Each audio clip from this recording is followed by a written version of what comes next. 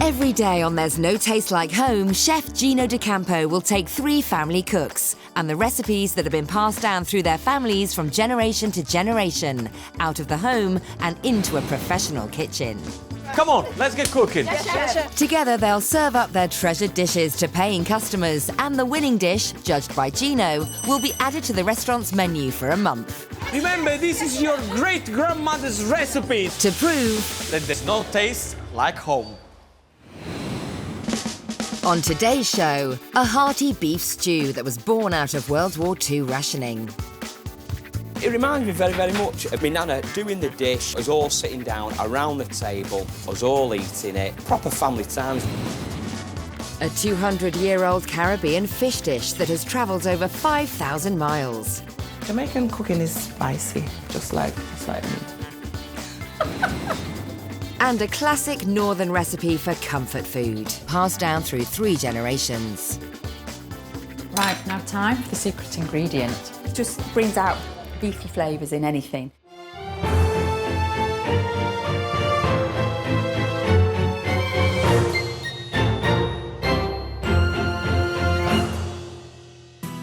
Hello, I'm Gino D'Acampo, and today I am in Manchester. This city is famous for its pies, pudding, and of course my favorite, the hot pot.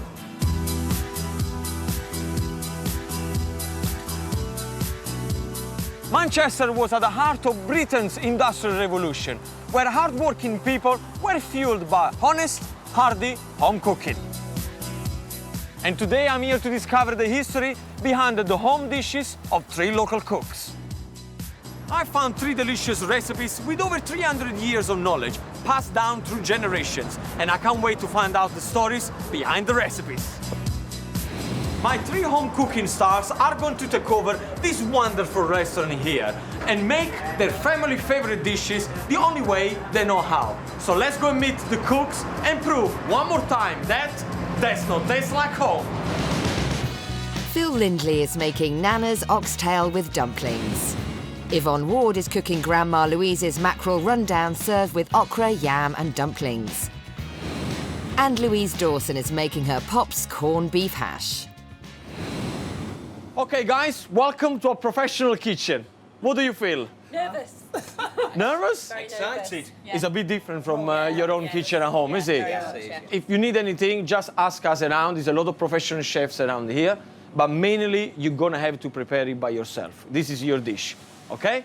All right, off we go, off we go. Come on, everybody into the station. Let's find out how to make our first cook's dish at home. Phil Lindley is a 42-year-old builder who lives in Timperley near Manchester, with wife Angela and children Georgia, Josie and Polly. Today, he's going to be cooking his Nana Valerie's oxtail with dumplings. Nana Valerie discovered the tasty cut of oxtail during the rationing days of World War II. So, oxtail, we're going to toss it in flour with salt and pepper in to give it a good coating. And I can still remember the smell of walking into my nana's house and smelling the oxtail stew. Lovely. That's ready now for frying off in the big pan. Right, herbs. Rosemary, thyme, parsley. My nana never added fennel or garlic. She would do it.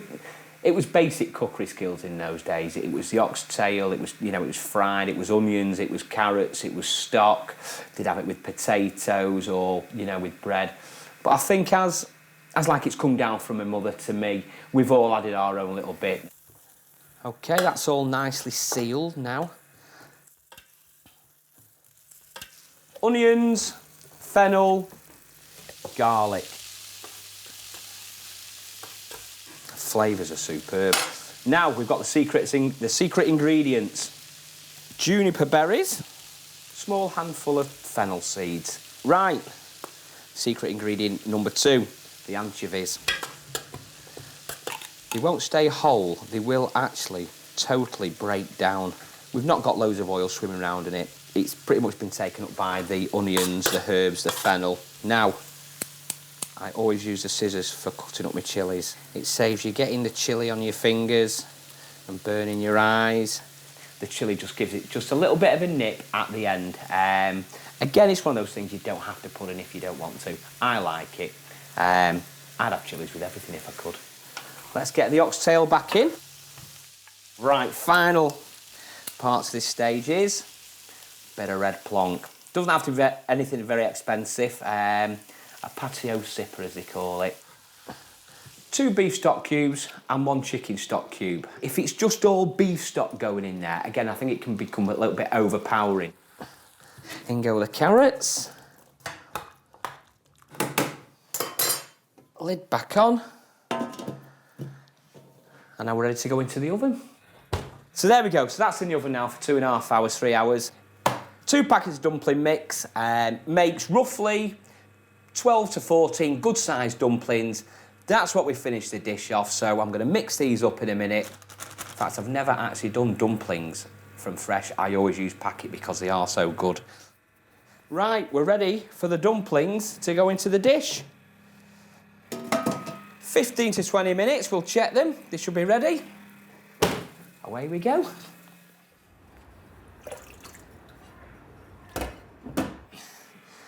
The main dish. Nana, I hope I've really made you proud with this one. So that's the secret to Nana Valerie's mouth-watering oxtail with dumplings. Gino's keen to find out a bit more about his story. Tell me a little bit about this recipe. Well, basically, Gino, it's 4 generations old now. My nana, my mum, myself, my daughter cooks it. Yeah, I suppose it's really the only dish that my nana really passed down to us. My nana, Valerie, lovely, lovely lady. A great nana, looks after us fantastically, very loving. She'd be the one who'd pick you up when you fell over. Yeah, she was fantastic.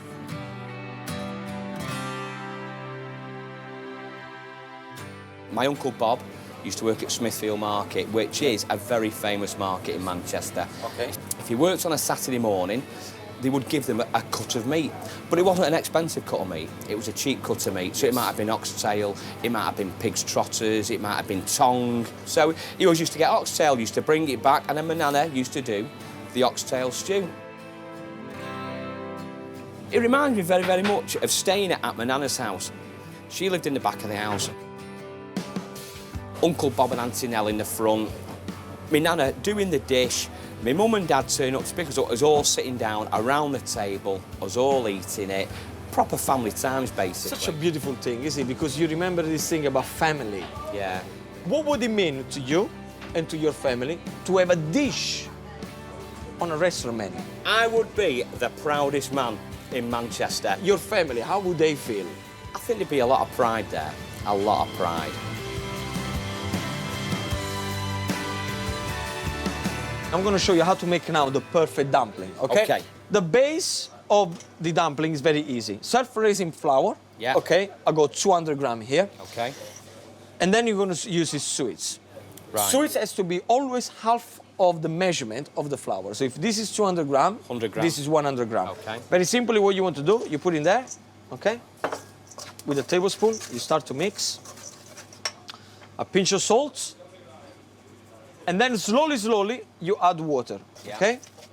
So you mix everything together until you get the consistency that is hard enough that you can start to work with your hands. And what's going to happen with the suet, they're going to make this dumpling very, very fluffy.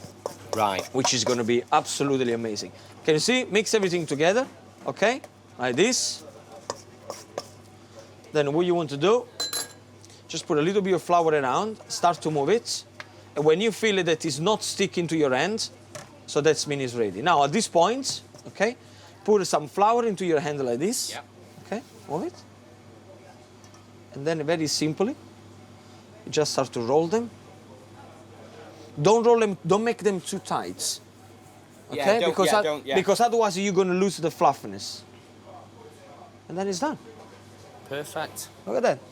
And this is, my friend, is how you make perfect dumpling, okay? No more packets. Never again. No more packets, It's not gonna perfect happen. dumpling. Look at that. That was so easy. It's never going to happen again. As Phil gets to work chopping onions, he has lofty ambitions for his Nana's oxtail. I want people to love my dish, and I want it to be on the table of every household across the country. We have still got 2 more cooks to come, so please don't go away. Welcome back to There's No Taste Like Home. Today I am in Manchester, where I found 3 more home cooks who very soon are going to serve up their beloved family recipe to a room full of hungry customers. We have just met Phil with his Valerie's Oxtail and Dumpling, but now we need a bit of sunshine. Let's go to Jamaica! Yeah, man! And bringing that Caribbean sunshine to Manchester is Yvonne Ward from Moss Side. Her recipe all the way from Jamaica is Grandma Louise's Mackerel Rundown. This feisty fish dish has been in Yvonne's family for at least 3 generations, with Grandma Louise passing it on to Yvonne's mum, who in turn passed it on to Yvonne. This is how I put together Grandma Louise's mackerel rundown. When I'm eating this dish, it reminds me of home. Reminds me of some good cooking, so it just makes me feel good and I enjoy it. First, I take 2 salted mackerel and boil them for 20 minutes. Yeah, when that's boiling, you've got to break the coconut. You can see it breaking. Gino, if I can do this and be safe, anybody can do it. But this has been working like this for years in Jamaica. I take 3 coconuts and grate them into a bowl. I then add warm water to the grated coconut and squeeze it to release the cream. I do this 3 times. Because my mother said you should do it at least 3 times, and she knows more than me.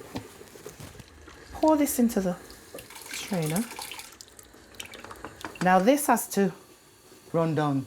It's got to go down. You know, it's got to simmer down, and there's where you get the custard. Meanwhile that's doing, I'm going to take off the mackerel to refresh. I finally chop 1 large onion, some spring onions, garlic, tomatoes, 1 red pepper, and a Scotch bonnet. Small but deadly. We have these in Jamaica. We use them in a lot of dishes. Oh yeah, Jamaican cooking is spicy, just like me. but sorry, I'm terrible, aren't I? Well, it was my mother when she first came to this country, and she could get some of the ingredients. Well, she couldn't get them in Stockport. She had to go to my side, you know, Alexander Road. This is when you put your ingredients in, when it's like this. You add black pepper, fresh thyme, and now I'm going to put in a bit of curry, and this gives it colour. Woo! Come to mama. Everything is at the point where it should be. There's custard, there's a bit of oil. Next, I break the mackerel, add it to the custard, and let it simmer for 7 to 10 minutes. Now the dish is completed.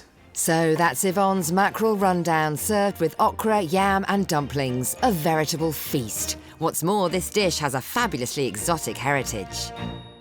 So Yvonne, tell me where and when did it all start? Well, it all started with my great-great-grandmother, which it came down to my grandmother Louise and to my mother, and now to me. My mother and father came over to England first, and they used to live in Stockport. How old were you when you started to cook this recipe? Maybe about 14. My mother said to me, Yvonne, come cook. Good memories? Yeah, but frightening because she's a good cook. So you're like, you know, but you still get in there, and here I am now. When you're eating it, it does remind me of home. It reminds me of the lovely countryside, that sunshine. As you wake early in the morning and the sun rises, can you imagine that? Who makes the best, you and your mom? My mama.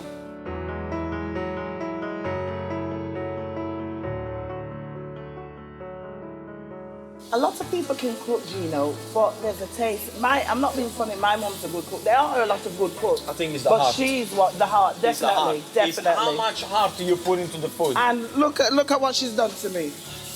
I can see a beautiful woman there. I can see a beautiful woman. Now, tell me, what would it mean to you and to your family to win today For me, it's good to be making it here. I don't have to win. If I win, I'm really not looking at the winning. I'm looking at just showing this dish. So, Yvonne, tell me, why are we using salted mackerel and not fresh mackerel?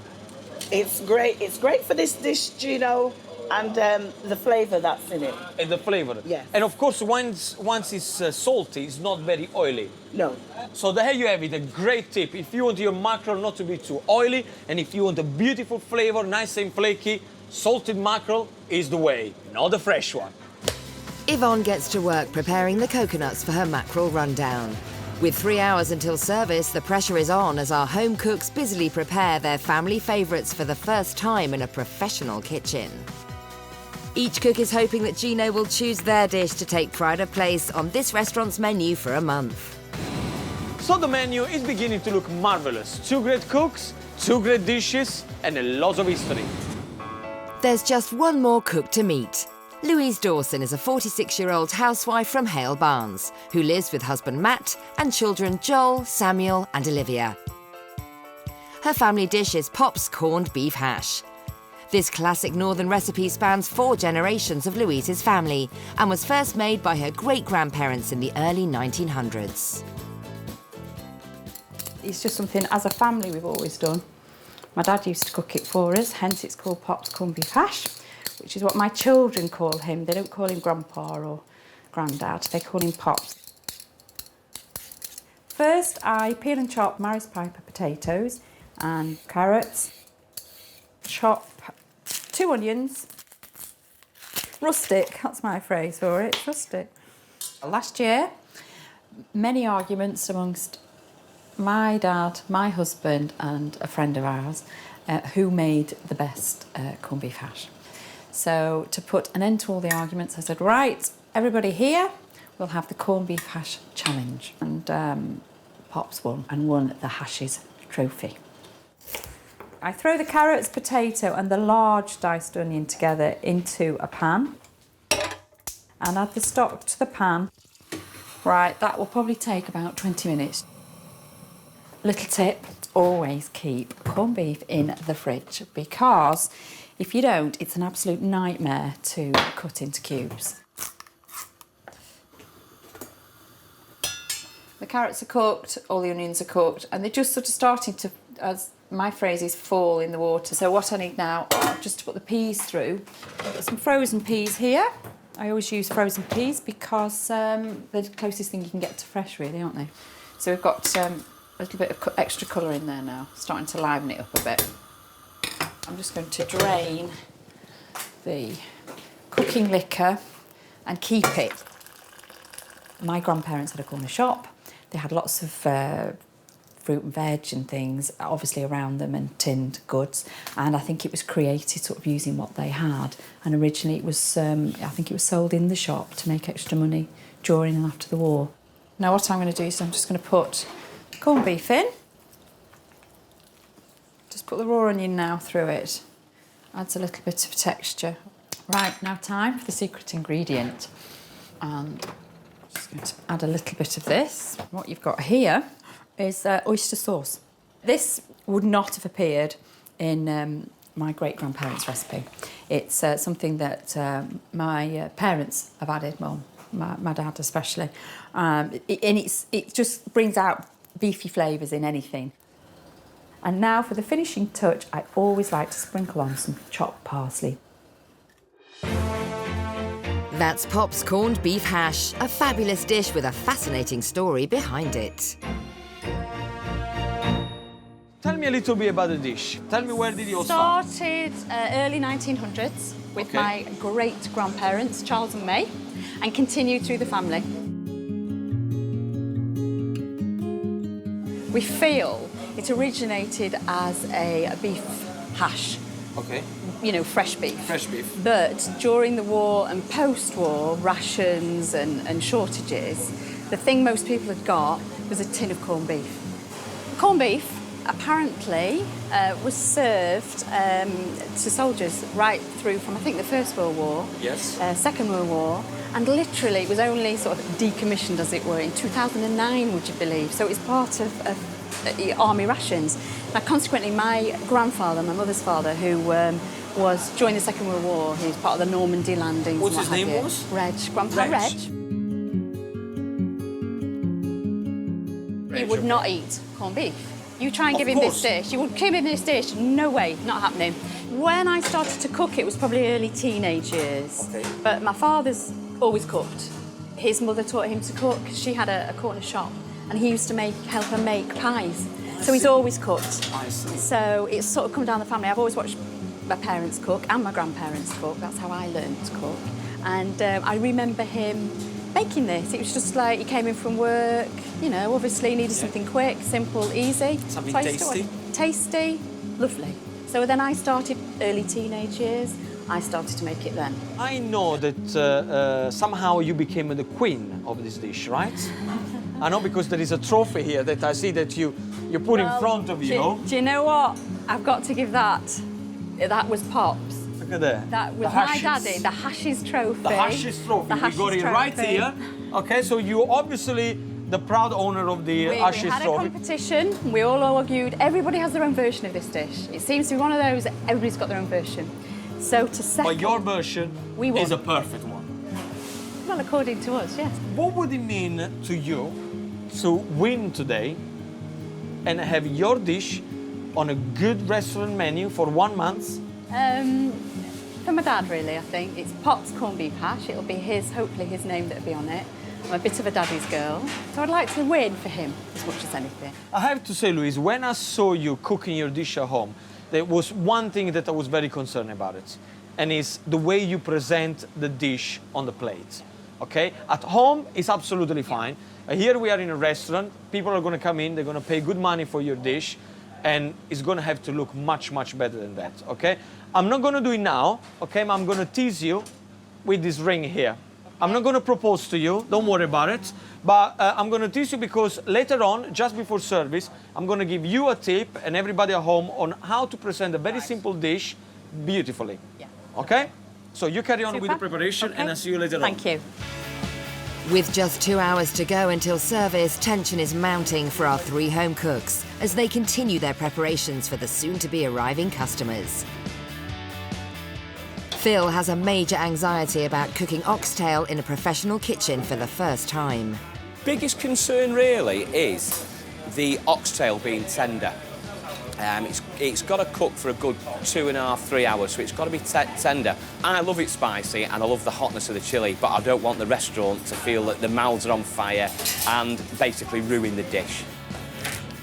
Yvonne is busy soaking her mackerel, but is worried about the timings of her dish, as a slow start could spell disaster for service. Just want to get it right. And if my mum was here, oh, she'd be at it already. You put on the mackerel yet? Make sure it's enough water. And as Louise prepares her veg, she wonders if the diners will like her family's unique version of this traditional favourite. Most people have their own version of this dish. It's quite a northern dish, I think, so I think it could be quite controversial. So that is today's menu. Centuries of knowledge passed down through generation, each one a favorite right here in Manchester. But which cherished recipe will win a place on this restaurant menu for 1 month? There is only one way to find out. Don't go away. Welcome back to There's No Taste Like Home. Today I am in Manchester, a cultural hot pot of cuisine. Very soon this trendy restaurant is going to be full of paying customers, all eager to try some good home-cooked food. In the kitchen we have 3 home cooks who are preparing their beloved family recipes. But only one can be today's winner, so let's remind ourselves what's on the menu. Phil Lindley is cooking his Nana Valerie's oxtail with dumplings. This dish owes its origins to a time of real hardship and rationing during World War II. I can still remember the smell of walking into my nana's house and smelling the oxtail stew. Lovely. Yvonne Ward is making Jamaican mackerel rundown, served with okra, yam and dumplings, a dish which has travelled nearly 5,000 miles. It reminds me of home. Oh yeah, Jamaican cooking is spicy, just like me. And Louise Dawson is making her Pop's corned beef hash, a firm northern favourite spanning 3 generations and over 100 years. My grandparents had a corner shop. They had lots of fruit and veg and things, obviously around them, and tinned goods. And I think it was created sort of using what they had. It's almost lunchtime, and with the waiting staff putting the final touches to the dining room, some early customers head to the restaurant bar for an aperitif, all eagerly anticipating our home cook's fantastic recipes. But back in the kitchen, things are not so relaxed. Normally cooking for 4 or 5, suddenly I'm cooking for 20. Everything's quadrupled, it's big portions. Feeling good, yeah. The mackerel's ready. I shake it instead of stirring it because if you shake it, it keeps the mackerel whole instead of breaking it up. We like it looking nice. What's happening here? What are you preparing, a batter? I'm making my dumplings, but I've over-egged the pudding, really. I put a little bit too much water in. You're making dumplings. So what's going to happen now? We're going to chuck that away and we're going to start We're again. going to chuck it away, we're going to start again. Yeah, that's what we're going to do. Okay, see, this is what's happened. You've been smiling all the way through. I'm Mr. Cool, I know everything is fine, everything is perfect. Look at that. Dumpling completely ruined it. Come on, come on. Gino, This is flavor, the famous salted, the rondong. the rondong, the famous salted mackerel. Mackerel rondong, man. Okay. It tastes good, you say you want to. Nice, so there is no... You want to... Of course I want to taste it. Taste that flavour in there. Not too salty. yeah. Should have a little so when it goes into in the rondong, it just Not too runs salty, together. moisture perfectly enough. And you know what I like? Not too flavour. oily. Yeah. Not too oily, so Yeah. you really get the flavors Yeah. out of it. Lovely. Louise, what's happening here? Just dicing up some corned beef. It doesn't look at Dicing you, in all my corned beef. I'm prepared, all dear. prepared. Neat and tidy. Neat inside. I like your little things there because look what Louise is doing. She's putting a damp cloth all on top of her vegetable, which is a very beautiful tip. So it keeps all nice and fresh. Your potato are in water, Yes. so that means they're So not they going to go discolor. Your preparation with the onion. Yeah. See, that is what it's all about, guys, at home. If you have everything prepared, then when it's time to cooking, bang, bang, bang, it's done. Is this your corned beef? It is the corned beef, yes. Is it good? Can I try? Of course you can. I like when it's fried. Yeah. Oh, well. It's not bad. All right, it's not bad. Oh, good. Nice one.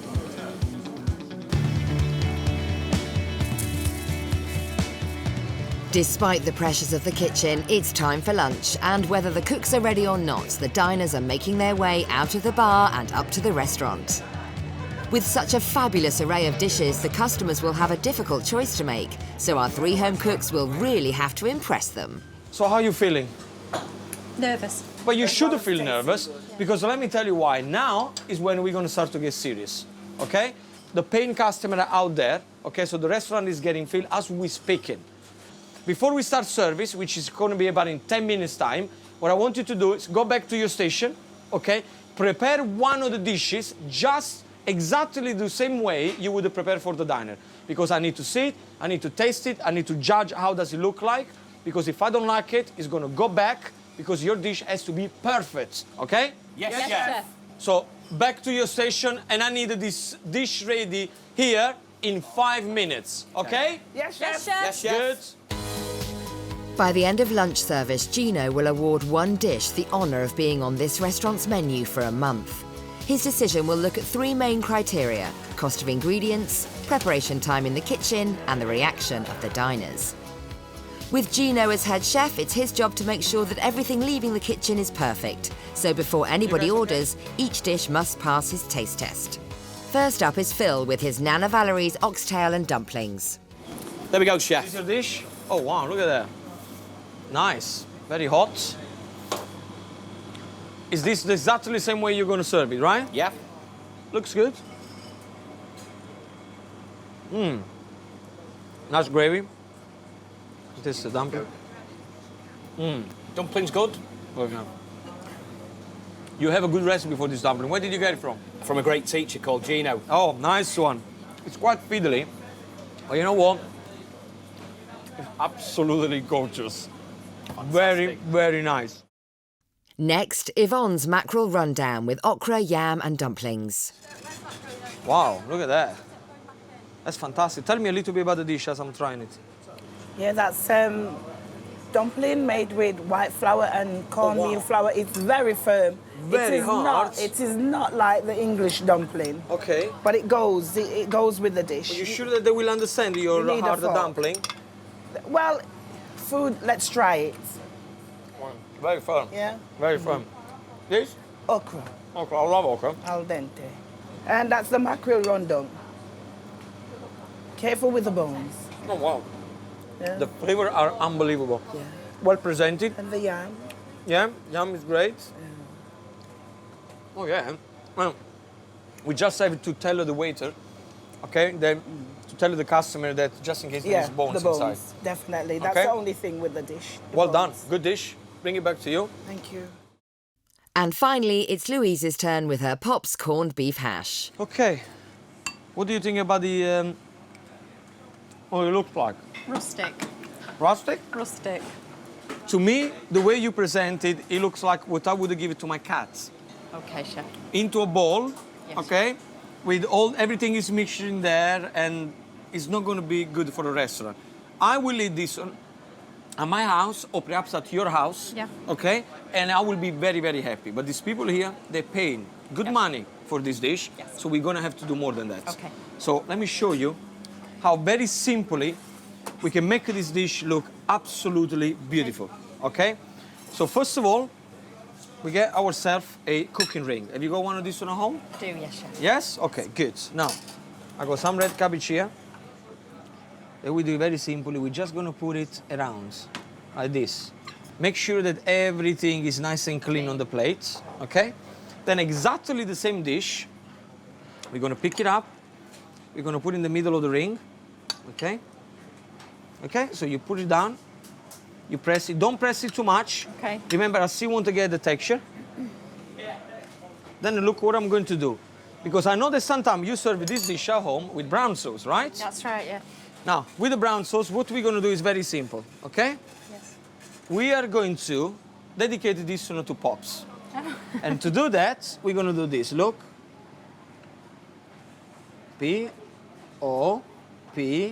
P-O-P-S. Okay? Right, brilliant. Then we're going to lift it up. Yeah. We're going to put your little garnish on the top here. Brilliant. What do you think about that? Beautiful. Thanks, Ciao. chef. We've ordered one of everything, so we can have a choice. No, it looks really interesting, really tasty. Yeah, looking forward to trying some of the dishes. We're going to have the Jamaican mackerel. I just think it looks really interesting. I'm not actually decided. Because I can't decide. Probably the mackerel or the corned beef hash. With all three dishes passing muster, it's time for service to begin. The service, the way it's going to happen is very, very simple. All the plates, we're going to serve them from here. So I want all the plates on this pass here on my left, okay? When I call your dish, the only thing I want to hear is yes, Gino, or yes, chef, whatever you want to do it. Understand? Yes, chef. Yeah? Because it's important that you reply to me, because otherwise, what's going to happen? I don't know that you got the information that you need. So you understood? Yes, chef. Valerie's oxtail stew with dumplings, please. Jamaican mackerel, please. Pops corned beef hash, please. Okay, guys, listen to me. I need 2 oxtail, 1 mackerel, 1 beef. Yes, chef. Well, let the service begin. 1 mackerel. 2 oxtail, 2 mackerel, 1 beef. Yes, chef. It's like a pressure cooker. Make sure that the plates are clean before you give it to me. How long for the oxtail? 1 minute, chef. I'm trying Gino's tip. He's made it Okay, 1 quite beef, difficult. 1 mackerel. Yes, chef. How long for the mackerel? Come in, chef. Hey, look at the plate underneath. Look at the plate underneath. Ah, son, look at that. Well done. Each turn. Well done. Thank you, chef. Finally, Gino is happy and allows the dishes to make their way out of the kitchen. Looks really nice. I love the pops, really sweet added touch because I'd forgotten about that and that made me smile. And yeah, looking forward to tucking in. It looks absolutely delicious and I'm looking forward to trying a recipe that's been handed down through the generations. I plumped for the oxtail and yeah, it looks good. Presentation's nice and I think I'm going to enjoy it. Well, I have to say, we just started 2 tables in and it looks quite good. Yes! Gino may be happy, but in the confusion of service, Louise has lost track of how many dishes she has to prepare. 2 corned beef, please. Louise, did you understand what I said? I did, Chef, yes, 2 Chef. more, yeah? After this one. Do you know how many you got in total? Yes, Chef. How many? 4, Chef. No. 3, Chef. No. Try again. 2, Chef. No. Higher. Higher. Sorry, Chef. 5 you got in total. 5. While the cooks crack on, Gino heads front of house to meet a very special diner who has lent his name to one of the dishes. It's Louise's Pops. Really well. Yeah. Louise, she's doing really, really... Have you tried it yet? Not yet. Come on, try 1 bite. I want to see what you think. I've got to make sure it's to standard. You tell me. Yeah, that's good. Yeah? She's done you proud? She's done me proud. But, front of house, Gino has noticed something rather alarming about Yvonne's dish. Yvonne? Yvonne? Hi. Sorry, I was in the dining room and I see some of your dishes going out with loads of food on it. I know. How many portions have you got left? There's only about 5. 5? Yeah. 5 portions left? I put too much fish on the plate. Your dish is very popular. What am I going to tell to these people now? We have no fish whatsoever. Remember, this is not a home where you want to feed everybody with big portions. This is the Jamaican thing. I'm sorry. I made a mistake. Can you squeeze 6 out of this? Yeah. You sure? I'm going to try. I'm going to have to. That's a good start. Don't be like that, Gino. Yvonne? Yes, Chef? I've just told everybody there is no more fish left, yeah? There's a So few make left. sure I go at least 5 for these orders. I'm just going to have to go with what's left, I'm afraid. Gino's a bit annoyed, I can tell. Yvonne's mackerel rundown has just become mackerel run out. And with now only 2 cooks serving at full capacity, Phil is really starting to feel the pressure. 1 more oxtail. Phil? 1 minute, Chef. It can't be 1 minute, man. You can't serve 1 here and then 1 minute after you're going to serve me the second one. If I ask you for an order, it's no point to say yes, chef, if you're not going to do it, right? Misunderstood, Chef. Phil, what's happened to your beautiful smile? I'm under pressure, Chef. Thankfully, service is now well underway and the food seems to be going down well with the diners. This is the corned beef hash. It's delicious. Yeah, very nice actually. The bread and the dumpling was really good to go with the sauce. Just tasted the mackerel and it's delicious, so I'm going to tuck into the rest of it soon. Okay, guys, we have 3 tables. Okay, listen to me very careful. 8 corned beef. Yes, Chef. 5 oxtail. Yes, Chef. Phil, Chef. the best 5 oxtail that you ever prepared in your life, please. Okay. You know what, my 3 cooks in the kitchen here, they really done their family proud. All 3 have been absolutely fantastic, but which one is going to make it on the menu? 2 beef, 3 mackerel, 4 oxtail. Chef Gino D'Acampo is on a mission to prove there's no taste like home. He's found 3 home cooks with 3 historic family recipes. Together, they've taken over a restaurant in central Manchester.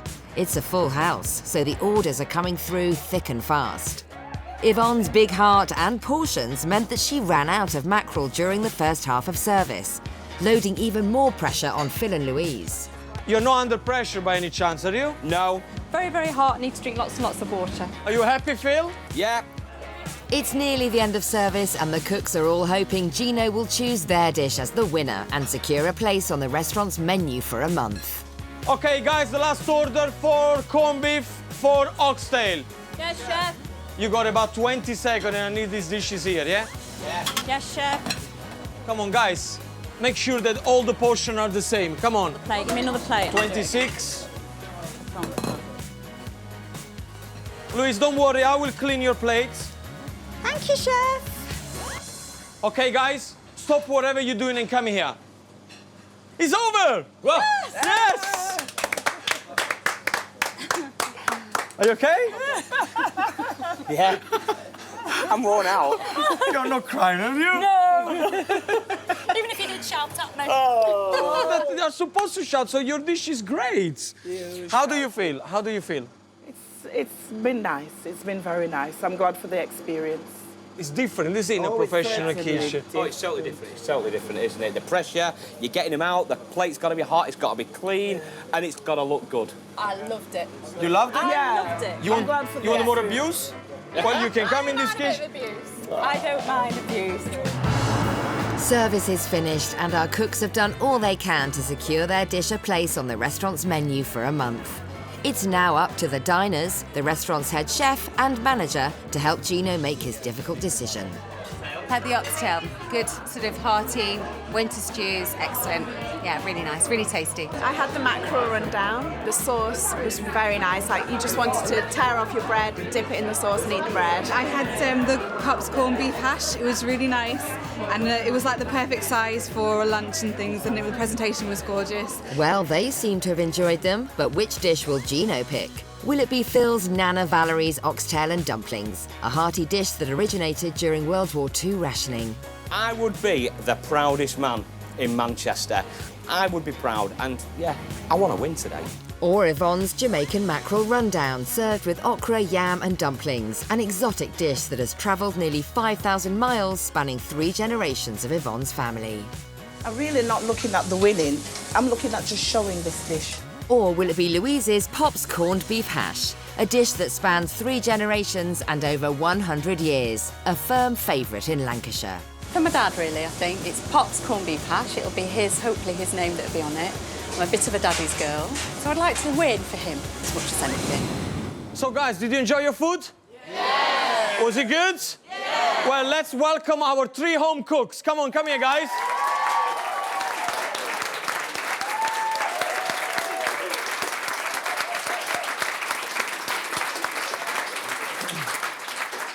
Now, tell me exactly how you feel. Tired. You feel Very tired? tired, yes. Okay. Yes. Much respect to those chefs in there. Yvonne? Yeah, I second that. But I feel good. You feel good? See, Yvonne, she hasn't stopped dancing during the cooking. That's why. Now, of course, today it can only be one winner. It can only be one winner. Although we feel that we're all winners. You are winner. I tell you right now, you are winner because very few people will ever have the chance to cook a dish at home for so many years and then come into a professional kitchen and cook for paying diners. Okay, so whatever you've done today, seriously, I take my hat off because it's been extremely hard for you guys. But you know, it can only be one winner though. Today, the winner of There's No Taste Like Home is...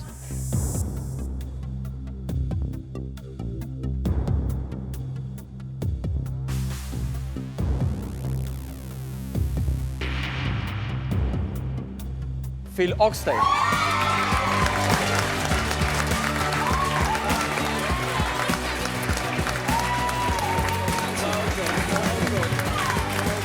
Come here! How you feel, man? You okay? Are you good? Yeah. Yeah? I don't believe it. Look, this is for you. This for you. Come on! Really, a big thank you to Nana, to Valerie, who introduced the dish to us, who taught us how to cook it. Yeah, she's probably looking down thinking, yeah, well done, family, well done. You know, I'm chuffed. I met 2 lovely people today, apart from all the chefs and that. But they're 2 lovely people, so I'm really glad. I'm happy. Would have been nice to win, but I didn't come for the winning. I feel good. I'm really, really proud of, where I've got to today, especially with the dish and the improvements that we made, the appearance, and that was really interesting, quite a surprise when we did the pops thing on the plate, and it was lovely. What an amazing result for Phil and his oxtail dish. It was absolutely fantastic. Now, don't forget to join me next time, where I will meet 3 more very talented home cooks, all eager to prove that there's no taste like home. Well, if you want to try the dish yourself, or perhaps you want the details of the recipes featured on today's show, the only thing you got to do is to go to itv.com/food.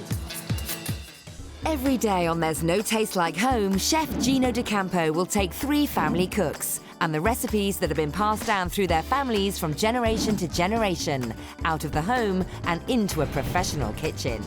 Come on, let's get cooking. Together, they'll serve up their treasured dishes to paying customers, and the winning dish, judged by Gino, will be added to the restaurant's menu for a month. Remember, this is your great-grandmother's recipes. To prove that there is no taste like home. On today's show, one family's take on a rustic Italian recipe that's over 500 years old and has been passed down through 3 generations. My great Zia Maria in Sicily cooked this dish for my mother and father when my mum and dad was on holiday back in the 70s. A traditional cheese and potato comfort dish that can be traced back to the working classes of 19th century Newcastle. When it was time to eat it, I was allowed to go and watch television, and I just loved it, and I'd eat it with peas and HP sauce. And a hearty steak and kidney pudding from the 1920s that conjures up memories of an idyllic childhood in the Lake District. The puddings were traditionally cooked in the same hot water that they did the washing in.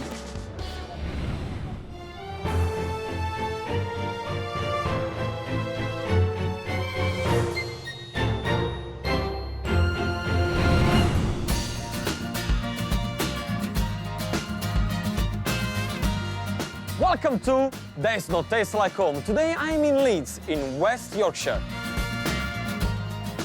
Home to the famous Harrogate market, first opening here in 1904. There are over 600 stalls and is definitely Europe's largest covered market. This county has a fantastic history of food, the oldest sweet shop, and of course, the largest Indian restaurant. Well, today I've got Asian's recipe and 3 fantastic home cooks desperate to show them off. I've brought them to this Leeds eatery to test drive their dishes for paying customers. But would the good people of Yorkshire think that the food is good enough for them to pay for it? Time will tell. Let's meet today's cooks. Lisa Losado is making great Zia Maria's Cacciatore. Ian Potter is making great-grandma Elizabeth's pan Haggerty. And Sarah Fowler is making Grandma Gertie's steak and kidney pudding. Okay, guys, welcome to the restaurant. Are you excited? Yeah. No, nervous. No? Why no? There's nothing to be nervous. Now, behind me is the professional kitchen. It's going to be very hot, and we have loads and loads of work to do. In about 5 hours, paying customer coming in, and your beautiful dishes, they're going to be on these tables. They're going to pay for it, and probably they're going to judge you. In the meantime, we're going to start with the preparation. So that's the kitchen. Off you go, and good luck! Let's meet today's first cook and find out how to cook her dish. 30-year-old Lisa is a marketing executive from Leeds, married to Adam.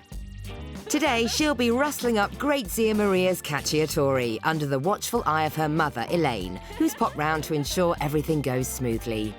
This recipe goes back 3 generations, starting in Sicily with great Zia Maria, who passed it on to Lisa's mum, Elaine, who then taught it to Lisa. This dish is the ultimate in simple home-cooked Italian food. We always used to help Mum in the kitchen when we were growing up cooking, so we always used to get involved with like chopping garlic and the vegetables. So yeah, every time I make it, really, I do kind of think of doing it as a child. Chop your onions, mushrooms, courgettes, peppers, and garlic. The dish originally came from my granddad's auntie in Sicily. My mum kind of cooks it as I was growing up, really, so that's how I've come to know and love it, really. Heat some olive oil in a large frying pan and quickly brown your chicken breast. When my mother first had it, she had it with rabbit, so we've adapted it from when my mum first used to taste it. Am I doing this right, Mum? You're doing it amazing, Lisa. So that's being browned now, the chicken breast, so we just need to add all the vegetables at the same time. So it's like a all-in-one pot. So just put all the vegetables evenly around the pan. We just want to brown the vegetables and get that cooking. Now we'll add a bit of white wine, just to help cook the vegetables as well. It gives it a nice flavour. Just stir that in. And just to add the chopped tomatoes as well now. Season that with some salt and pepper now. Good bit of salt there. And then just give that a good stir. And I'll just put a couple of bay leaves in there as well, just to give it a bit of flavour. And then put the lid on And that's it. We'll just leave that now for 15 minutes until it's cooked through. So we're just going to finish that off now with some fresh torn basil. Okay, the last ingredient is a single cream. This is something that my mum introduced us to. I think maybe it's like thicken the dish and make it a bit richer. That's pretty much it now. Just give it a couple more minutes and then it's done. That's Lisa's great Zia Maria's Cacciatore with roast potatoes and basil. A delicious dish with an amazing story to match. Tell me a little bit about this dish. This is a rustic Italian dish. It comes from Sicily. My great Zia Maria in Sicily cooked this dish for my mother and father when my mum and dad was on holiday back in the 70s.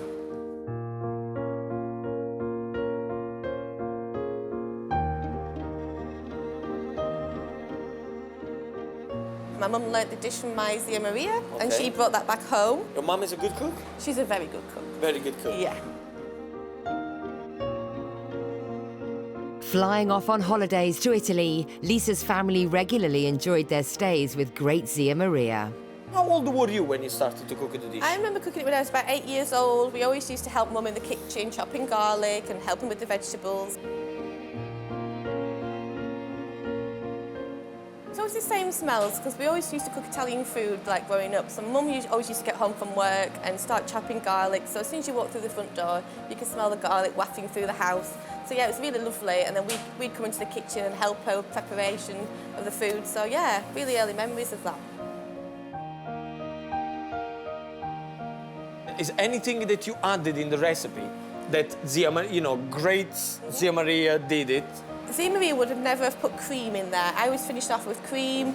I actually don't blame her that you put a cream in there. So I think without the cream, it's very rustic Italian. So yeah. Which was nothing wrong with that. Yeah. So you put a little touch of cream just to make sure that for those delicate palates. Yeah. But I thought you would use chicken thighs, but you're actually using chicken breasts. Yeah. Why is that? My mother always used to use chicken breasts and thighs and then put it in the oven, but I think because of easiness and I don't like picking the bones out, so I always cook breasts historically. So what about your auntie? Would she be upset to the fact that you're using? Yeah, she would disapprove. She would use pieces of chicken or pieces of rabbit. So yeah, that's what. On the bone. Yes. Tell me, what would it mean to you, to win today's show and have your recipe on the restaurant menu for 1 month? It would be amazing, Gino. I'd just love to have it on there and for people just to eat it and talk about it and, and love it as much as I do and my family do, really. So, yeah, it would be fabulous. Lisa sets about preparing her great Zia Maria's beloved sauce. She's hoping to impress the diners with her dish to help it win a place on this restaurant's menu for a month. I want to be able to cook my dish well today and feed the diners that are coming to the restaurant and hope they love it as much as I do. What an amazing dish to start the show. I really can't wait for the diners to try. But don't go anywhere, I've got 2 more to come. Welcome back to There's No Taste Like Home. Behind me, the 3 home cook are preparing their beautiful treasured recipe. There's still loads to do. Why? Because lunchtime is coming up. Time to meet our second cook.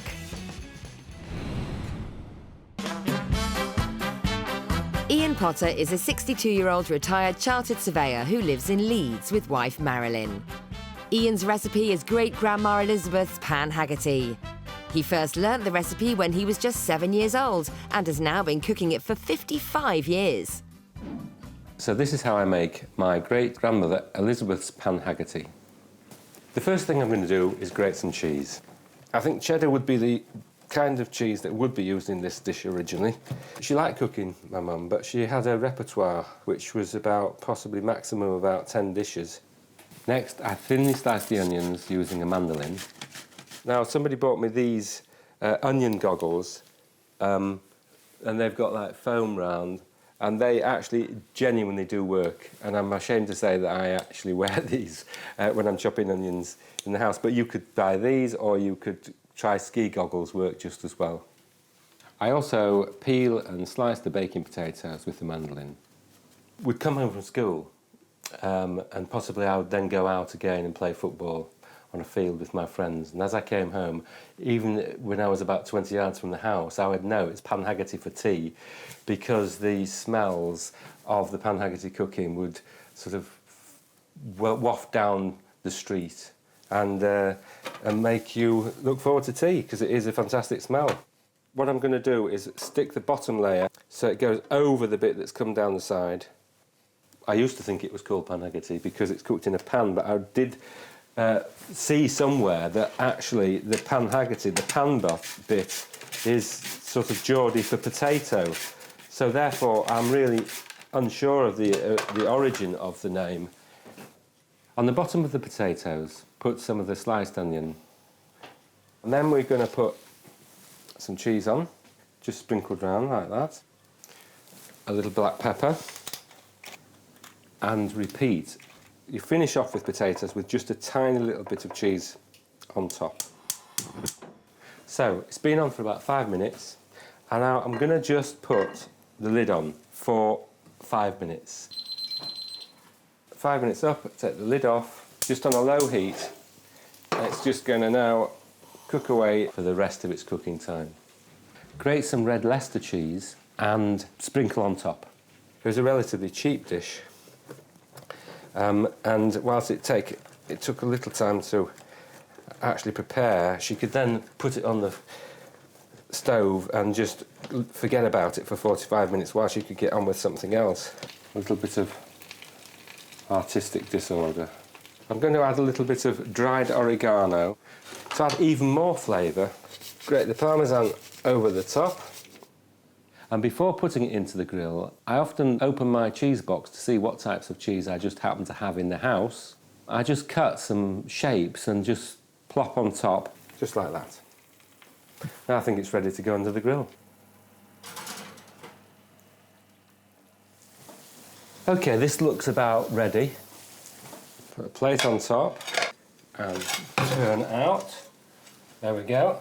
And that looks a bit dark, but that's exactly how it should be. Now put another plate on top, turn it over, and that's it.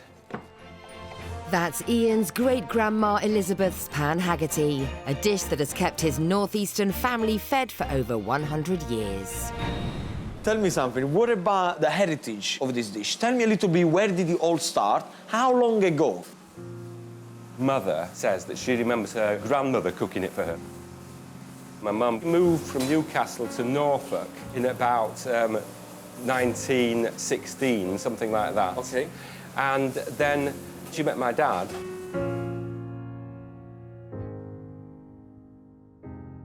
My dad was one of 12 children, all hungry and quite not very well off. So this dish was perfect for them because it's using quite relatively cheap ingredients. Yes.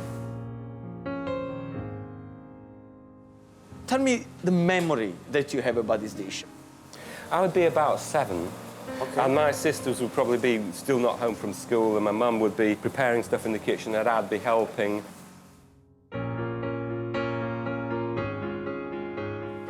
When it was time to eat it, I was allowed to go and watch television while my 2 sisters had to sit at the table. And I just loved it, and I'd eat it with peas and HP sauce. That was it. And we used to have that more or less, if it wasn't every week, it would be every fortnight. Have you taught this dish to anyone else? Obviously, I've shown my daughter Caroline how to cook the dish. She now lives in Boston in the United States, and she cooks it for her boyfriend and her boyfriend's family. A success in America? A big success. So this is a dish that is started from Newcastle, 1916. Yeah. Then he comes to you. Now he's going to America. Where is he going to go next? Glasgow. Glasgow? Glasgow. Okay, from America, then you come back to Glasgow. Okay. My nephew came down from Glasgow when he was about 8, and I showed him how to make this dish, and he was very proud about that because he went back to Glasgow and cooked it for his mum, who is a professional chef. Okay. And she's normally cooking away in the kitchen, and he was able to do something for her, and he was very proud of it. He called it his signature dish. Now, tell me something. Have you changed anything about this recipe from when your mother showed it to you to today? Potato, onion, cheese is the best. The bit I have changed, however, and you might like this, because it's a bit of Italian going on, and that is the oregano. So you perfected your dish. I tweaked it. You perfected your dish by putting a few Italian touches. Yeah. That's what you're trying to say, right? That's right. But the other thing I do is I put a little bit of red Leicester on, or anything out of the fridge. Just to give a little bit of colour as well. A bit of colour, a bit of texture on the top. What would it mean to you, Ian, if the dish wins today? I'll be very, very proud.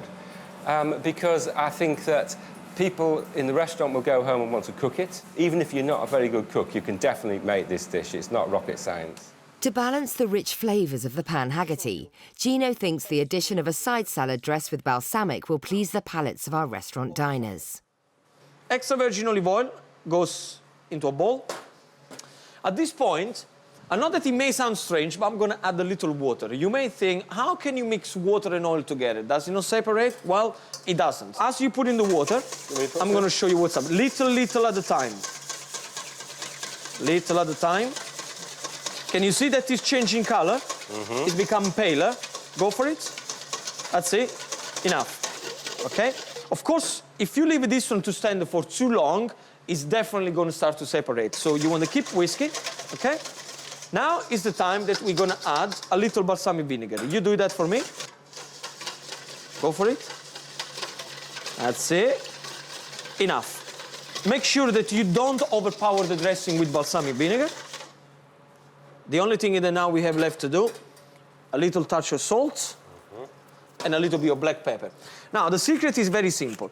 Balsamic vinegar has got a lot of acidity in there, okay? Salt, of course, if you put it on a salad, it will completely cook it. So we need to make sure, always, whenever we dress a salad, that we dress it at the last seconds, just before you serve it. And the way to do it, we have a little bit of rocket and watercress here. It goes into the bowl. Now, have a look at the way I do it with my finger, because what you have to do is to lift the salad into the dressing. Can you see what I'm doing? I can. I don't push down with the finger, because otherwise you will completely kill the salad. And then straight onto the plate, without pushing down. What do you want is the height of the salad. Can you see that? I can. And just before you serve it, this is how you make a beautiful Italian dressing. That looks beautiful. Ian is nervous as to whether his dish will live up to expectations. I am a little bit apprehensive about whether Gino will say it's looking good enough at the pass. With just 3 hours to go before service, the pressure is on as our home cooks busily prepare their beloved family dishes for the first time in a professional kitchen.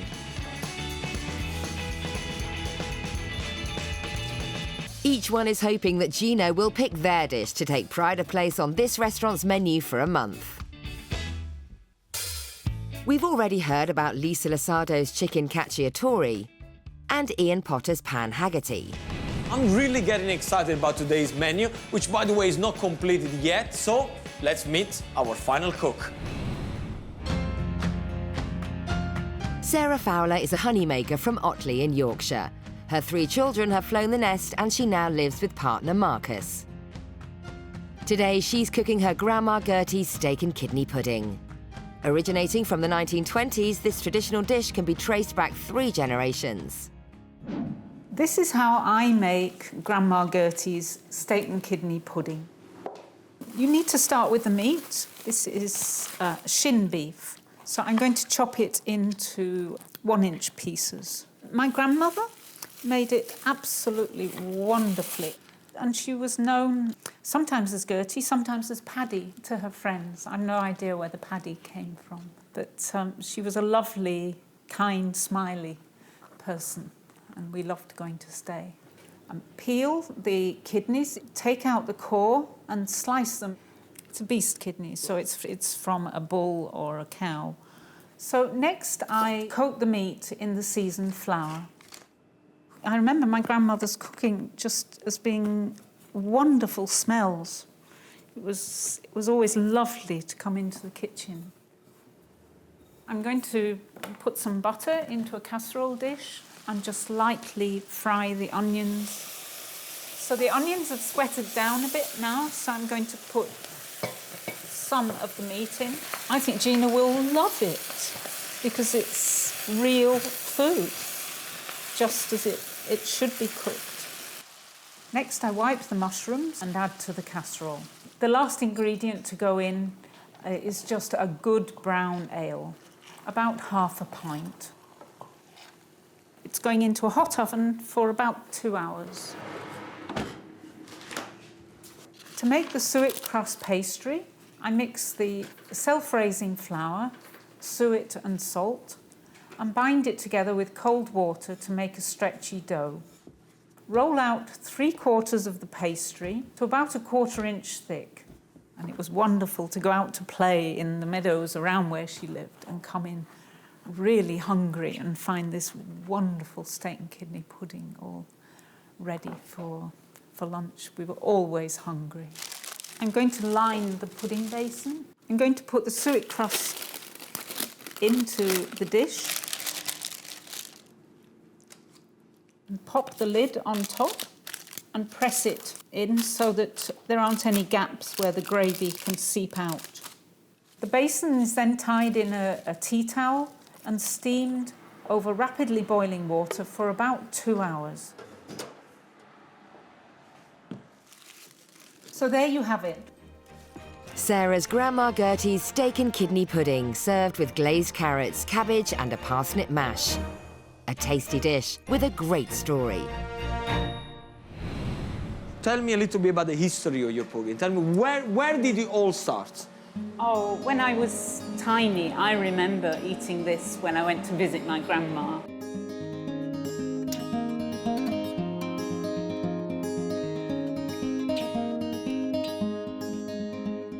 I think my grandmother would have cooked it in the 1920s, but her mother will have cooked this at the turn of the century, if not sooner, because the puddings were traditionally cooked in the same hot water that they did the washing in.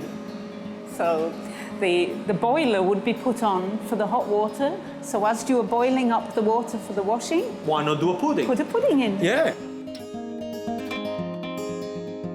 What is the memory of Sarah when you were a little girl, going into the kitchen, smell of the pudding cooking, with a bit of washing in there?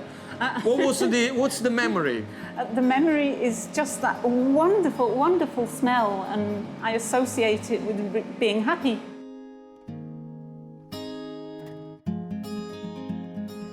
During the day, we would go out and play in the fields, and we would be really, really hungry. And you could smell the steak and kidney pudding before you even came in through the door. It was a wonderful smell. It's one of the smell, I think, that it really hits you. You see, when you go into the door, it's like you know, baking bread or baking biscuit. You come into the door, it's like, wow, this is home, right? Yeah.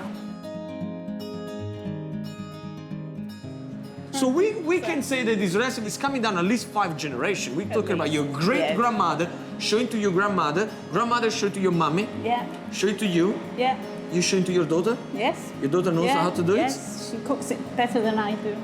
What would it mean to Sarah having your dish on the recipes menu? I'd be really proud. Yeah, really proud, because I don't consider myself a cook. It would make me think that maybe I can cook. Are you worried about service? Do you think it's going to get... Oh, yes. What are you worried about? I want it to look beautiful, beautifully arranged, and it's difficult to make a steak and kidney pudding look beautiful. To allay Sarah's worries, Gino has some advice for her on how to line her pastry cases. Now, the problem you're going to have, when it's a closed space like this one, can you see this place here? You have a lot of overlapping. Yeah. Now, there are 2 things you can do. You can leave it like that, but then it's going to be a bit doughy. I actually like it to take it away, okay? So you can actually break it apart, patch it, and the job is done. You can have your beautiful individual pastry cases, pot, then when it's cooked, put it upside down, you lift it up, job done. It's 2 hours until service and the pressure is on. The 3 home cooks are busy preparing their dishes, this time for paying customers. Lisa's chopped her onions, mushrooms and peppers for her great Zia Maria's special sauce, and things are going to plan. Oh, it's going really well so far. Just making the sauce for the chicken. So yeah, everything's under control. Ian is well on the way and has grated the cheese and peeled the potatoes for his dish, but he's still nervous about cooking the pan Haggerty for the diners. My biggest fear is that it's going to either not be cooked, or it's going to be a little bit burnt on the bottom, or it will poison everybody. Sarah's prepared the beef for her filling and is now making the pastry lids for her puddings, but her timings are out. I'm stressed because the meat should have been cooked sooner, so I'm a little bit behind. There you have it. That is one tasty history lesson. But Can my home cooks keep their cool during lunchtime when they're going to be under pressure in a professional kitchen? We'll find out next. Welcome back to Does Not Taste Like Home. Today I'm in Yorkshire. Now my 3 home cooks are busy in the kitchen doing all the prep because this restaurant here very soon is going to be filled with paying customers. Can they rise to the challenge? I don't know yet. Let's remind ourselves what's on the menu today. Lisa Lasardo is hoping to impress with Great Zia Maria's Cacciatore, a rustic Italian classic that's been passed down through 3 generations of her Sicilian family. We always used to help Mum in the kitchen when we were growing up cooking, so every time I make it, really, I do think of doing it as a child. Ian Potter is making great-grandma Elizabeth's pan Haggerty, a traditional cheese and potato dish from the northeast that's over 100 years old. As I came home, when I was about 20 yards from the house, I would know it's pan Haggerty for tea because it is a fantastic smell. And Sarah Fowler is making Grandma Gertie's steak and kidney pudding, a hearty recipe from the 1920s that brings back good memories. It was wonderful to go out to play in the meadows and come in really hungry and find this wonderful steak and kidney pudding. Service is less than a quarter of an hour away and there's already a crowd of hungry diners queuing at the restaurant, all eager to try our home cook's fantastic dishes. With the pan Haggerty assembled, Ian's still worried about service. My biggest fear is the heat of the professional oven. I don't know whether it's going to be too hot, too cold. I'm really nervous. Professional kitchen is it's a bit intimidating. I'm sure once I've got started, I'll be fine. I want to be able to cook my dish well today and feed the diners that are coming to the restaurant and hope they love it as much as I do. Ian, can I check your dish, please? You can check my dish. It's not completed yet, but okay. It's just nice. Are you happy with that? I am happy. I don't want it to get any more black, but I'm happy that it's caramelised. Because there is a very fine line between caramelizing and burning. And destroying. Okay, let's keep on the line. Let's stay on the line. Sarah, everything okay? No. What's happened? I put my lids on top of each other and they've stuck together. Not dear, good. dear. See, that's the things, when you come into a professional kitchen, everybody thinks that is an easy thing to do. Preparation, you probably, how many have you ever done in one go? Maybe 4. Maybe 4. Now you have probably about 20 to do, and this is what's happened. Where are you? I'm just doing my sauce, still Gino, just sweating down all the vegetables and the onions and the garlic. Yeah. Oh, wonderful, look at that. Okay, so you got your sauce that is preparing here. For the tomatoes and the wine, and then So you're going for tomato. Are you going to put the wine before or after the tomato? After the tomatoes. Or shall I do it the other way around? Now, let me give you a very big tip. Whenever you use wine in cooking, you always have to make sure that the alcohol evaporates. Yeah. The only thing you want is the flavor of the wine. Yeah. So you should never add wine or any alcohol after that you put tomato or anything that is liquid. Okay. So the way you should do it, when this is fried, you put the wine in there, you let it evaporate, you let it bubble away for a good minute and a half, and then you add the tomatoes. Lovely, I'll do that. Things have gone from bad to worse for Sarah as she's so far behind. Gino has had to send in some extra help. I'm really starting to getting worried that we are not going to make it in time now. No, it'll be fine, Chef. You sure I shouldn't call all the diners and tell all the customers to be a little bit late? No, it's all have an extra gin and tonic, perhaps? What do you think? No, it's all going to be wonderful. Oh, now you made me spoil it. Lunchtime has finally arrived, and whether our cooks are ready or not, the restaurant's doors are open. With such a fantastically diverse menu, the customers will have a difficult choice to make. So our 3 home cooks will really have to impress them. I'm looking forward to the steak and kidney myself. Interesting to see if they get the suet nice and light. If it's a bit heavy, it tastes soggy. I've chosen the chicken, a personal favourite of mine, so it's quite a no-brainer. So lots of vegetables and tomato-based element appeals to me most. The steak and kidney pudding, it's an old recipe, and I just love the sound of it. Service is about to start, and Gino will take on the role of head chef. It's his job to ensure that everything going out of the kitchen is not only cooked properly, but is also well presented. So it's key that each dish passes his taste test. First up is Ian's pan Haggerty. First of all, it's a good-looking dish. I want to get a little bit of the bottom because I want to see if it's really caramelized or it's burnt.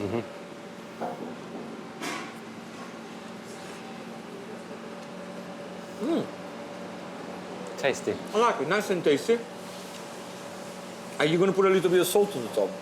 I wasn't going to do because I think this cheese is very salty. But if you think it needs it, I think it definitely needs a little bit of just salt a little on the bit. top. And good choice by putting the brown sauce. Good simple dish. Thank you. Next is Sarah's steak and kidney pudding. Oh, nice. It looks really, really good. Dish cook? Of course. Are you 100% sure? Of course. Now, let's see. Nice texture, beautiful gravy. This is going to be hot.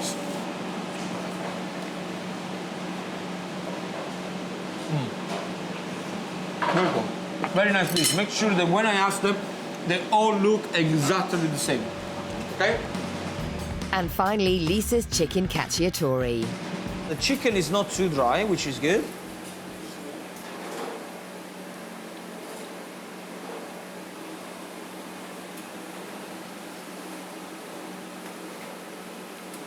Definitely, we need more seasoning. More seasoning, yeah? Yeah. Chicken nice and sliced. Potato looks rusty with the black pepper. Fantastico. Satisfied with the dishes, Gino heads out to the restaurant to greet some very special customers. Hello. You must be Elaine. I am.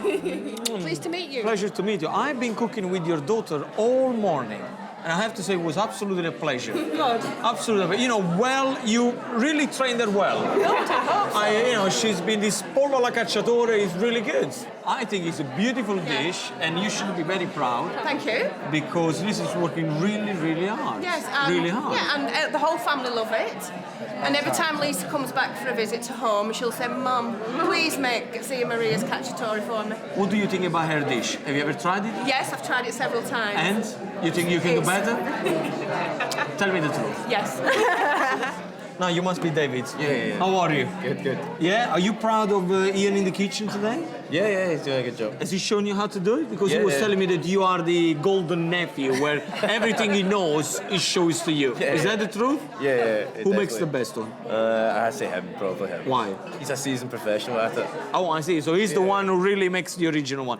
I'm going to leave you alone now. Enjoy your meal. The home cook's family members have been eating these dishes for years, so expectations are high. By the end of service, Gino will award one dish the honour of being on this restaurant's menu for a month. His decision will look at three main criteria: cost of ingredients, preparation time in the kitchen, and the reaction of the diners. In the kitchen, service is just minutes away. Okay, what's going to happen? The orders, they're going to come really fast and furious, okay, one after the other.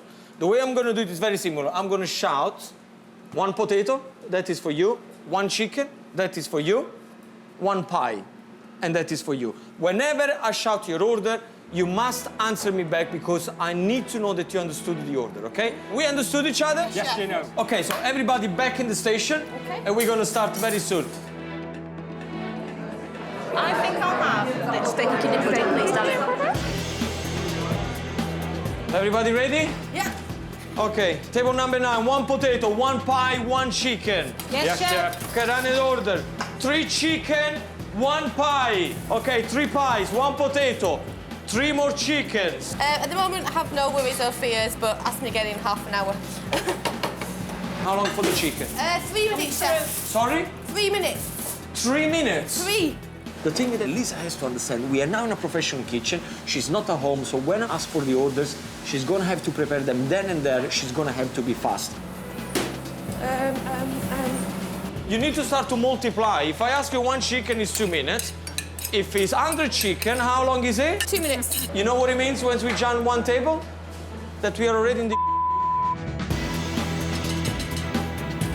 1 pie, 1 chicken. 2 pie, 1 potato, 1 chicken. Yes? Yes, chef. You got a pie? Yes, Okay, be careful this potato, they're not too burnt, yeah? We already had a tragedy with Sarah because the lid of the pudding, they all stuck together. I'm really worried that meat won't actually be cooked in the little puddings, so fingers crossed. So far, we are really behind with Sarah, so I'm getting just a little bit panicky. I can smell burning. What's happening here? All right, we only started for 5 minutes, and we already put this kitchen on fire. Guys, please, concentrate what you're doing. Why the salt is on the salad? I thought you told me to put it after the salad. No. Yeah. I said the salt goes into the dressing. Okay, yeah. Okay, yeah, and the salt goes a little bit on top of the potato, not on the salad. You're gonna burn it like that. I'm hoping that everybody who eats the dish is going to be pleased with it and maybe want to go home and cook it themselves. 3 pies, 1 potato. 2 more, 2 more. How long for the pies? Nice. Very nice.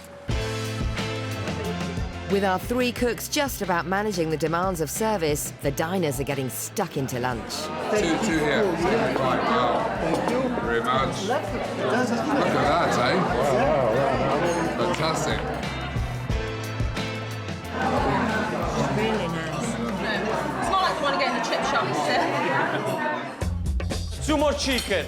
Ian? Yes. Make sure you clean your plate before you send it to me. Yes, chef. Okay, 3 pies, 1 potato. Can you handle to do 3 chicken?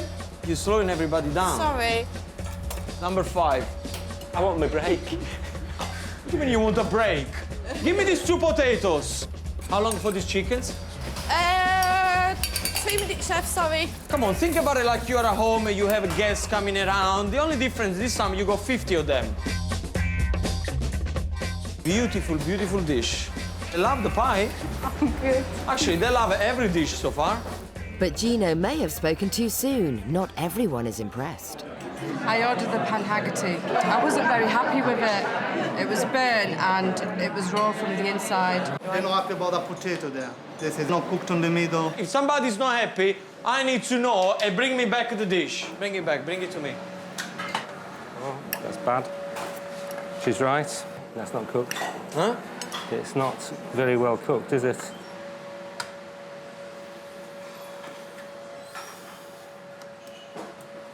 I think, Ian, what you should do is to go outside to this lady, be smile, charming. It can happen to everybody. Invite her for a dinner at your house.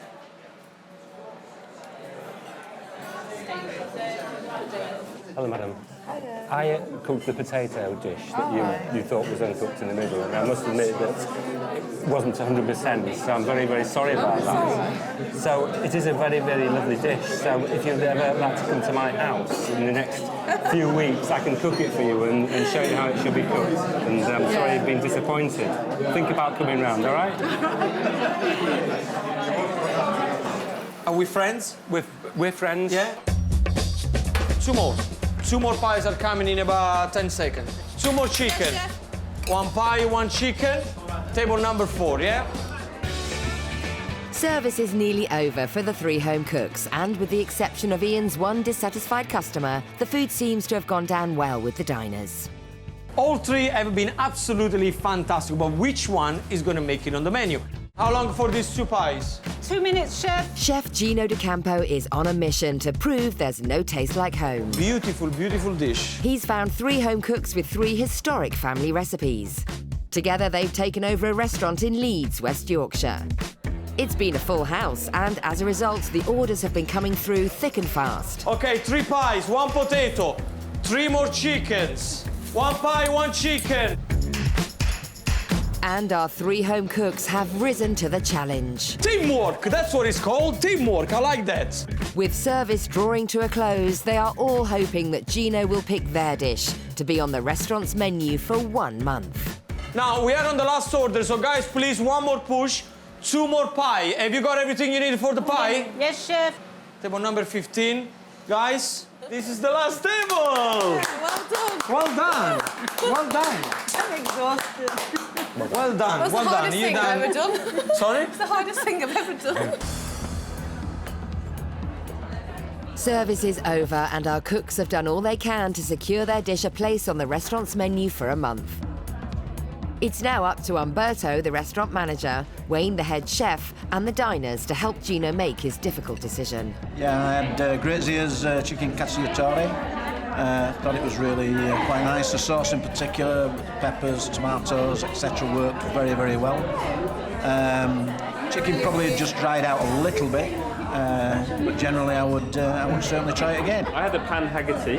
It was cheesy, it was quite tasty. It was a quite nice combination of a soft potato and just a little bit crunchy.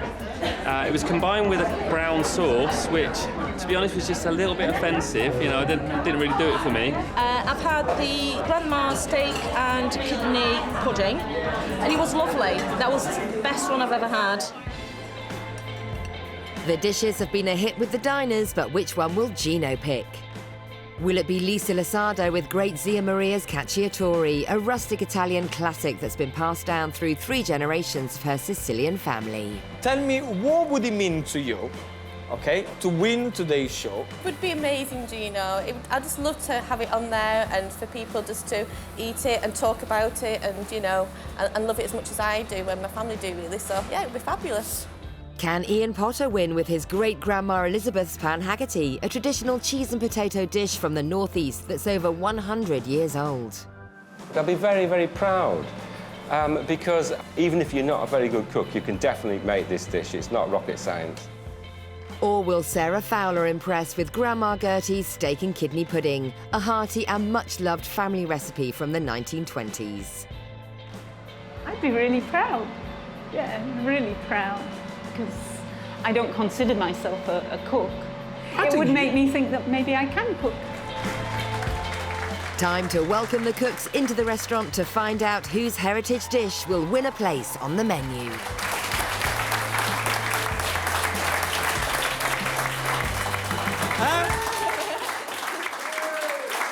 This is all for you. And as you can see, everybody's still alive, which is always a good sign. You well know that there is one of you here who wasn't happy with Ian's potato cake. I have to say she did have a little point because it wasn't cooked all the way through. But this kind of thing can happen on a professional kitchen, so it's a very easy mistake to make. Today has been particularly difficult for me to decide the dish because I liked all 3 dishes. But I also wanted to make sure that the dish that I choose sits well on this restaurant menu because it's going to have to be on the menu for a month. So I want to make sure that the customer that they keep coming here, they're happy with my decision.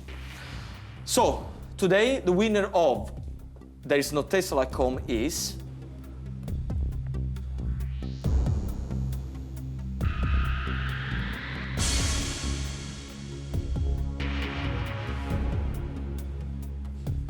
the steak and kidney pudding. Come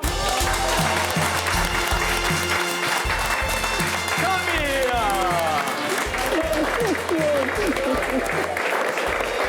Well done, well done. Look at that. You want a plate? Well done. How do you feel? Wonderful. I'm really proud. I just want to say one more time, congratulations. You are the winner.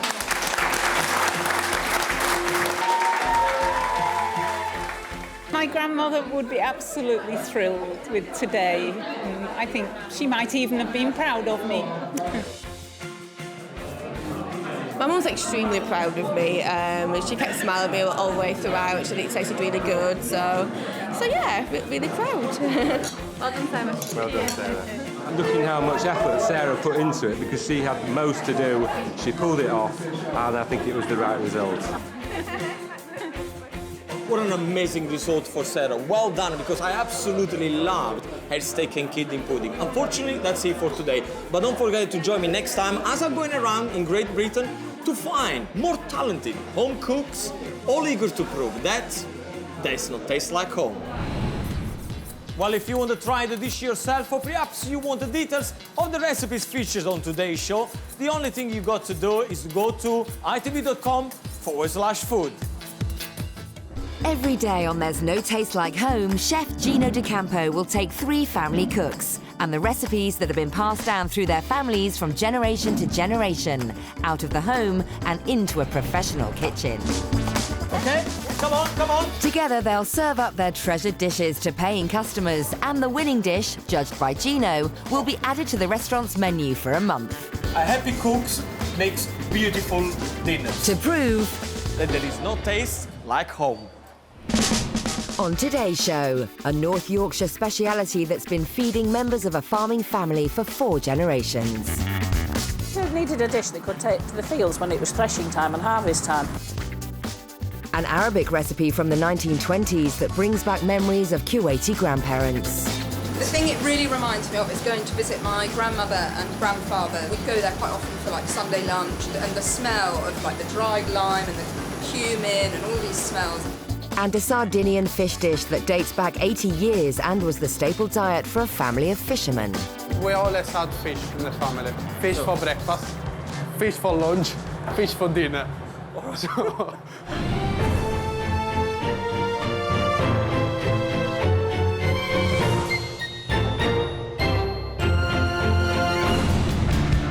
Hello and welcome to There's No Taste Like Home. I'm Gino DiCampo and today I'm in Harrogate, North Yorkshire.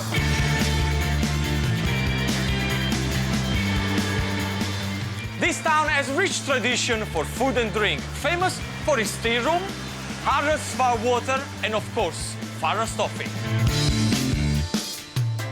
I've got 3 wonderful cooks with 3 amazing family recipes, but can they step up to the plate when they're facing a professional kitchen? I've bought them in this wonderful restaurant where in a matter of hours they'll be cooking lunch service. So, restaurant check, local dishes check. Now it's time to go to meet our home cooks and see what's on the menu. Sheena Nicholson is baking great-grandma Connie's sausage Plait. Sarah Jaffar is making great-grandmother Latifa's lamb Murrag. And Mario Olianos is making Nonno Mario's Sardinian mullet.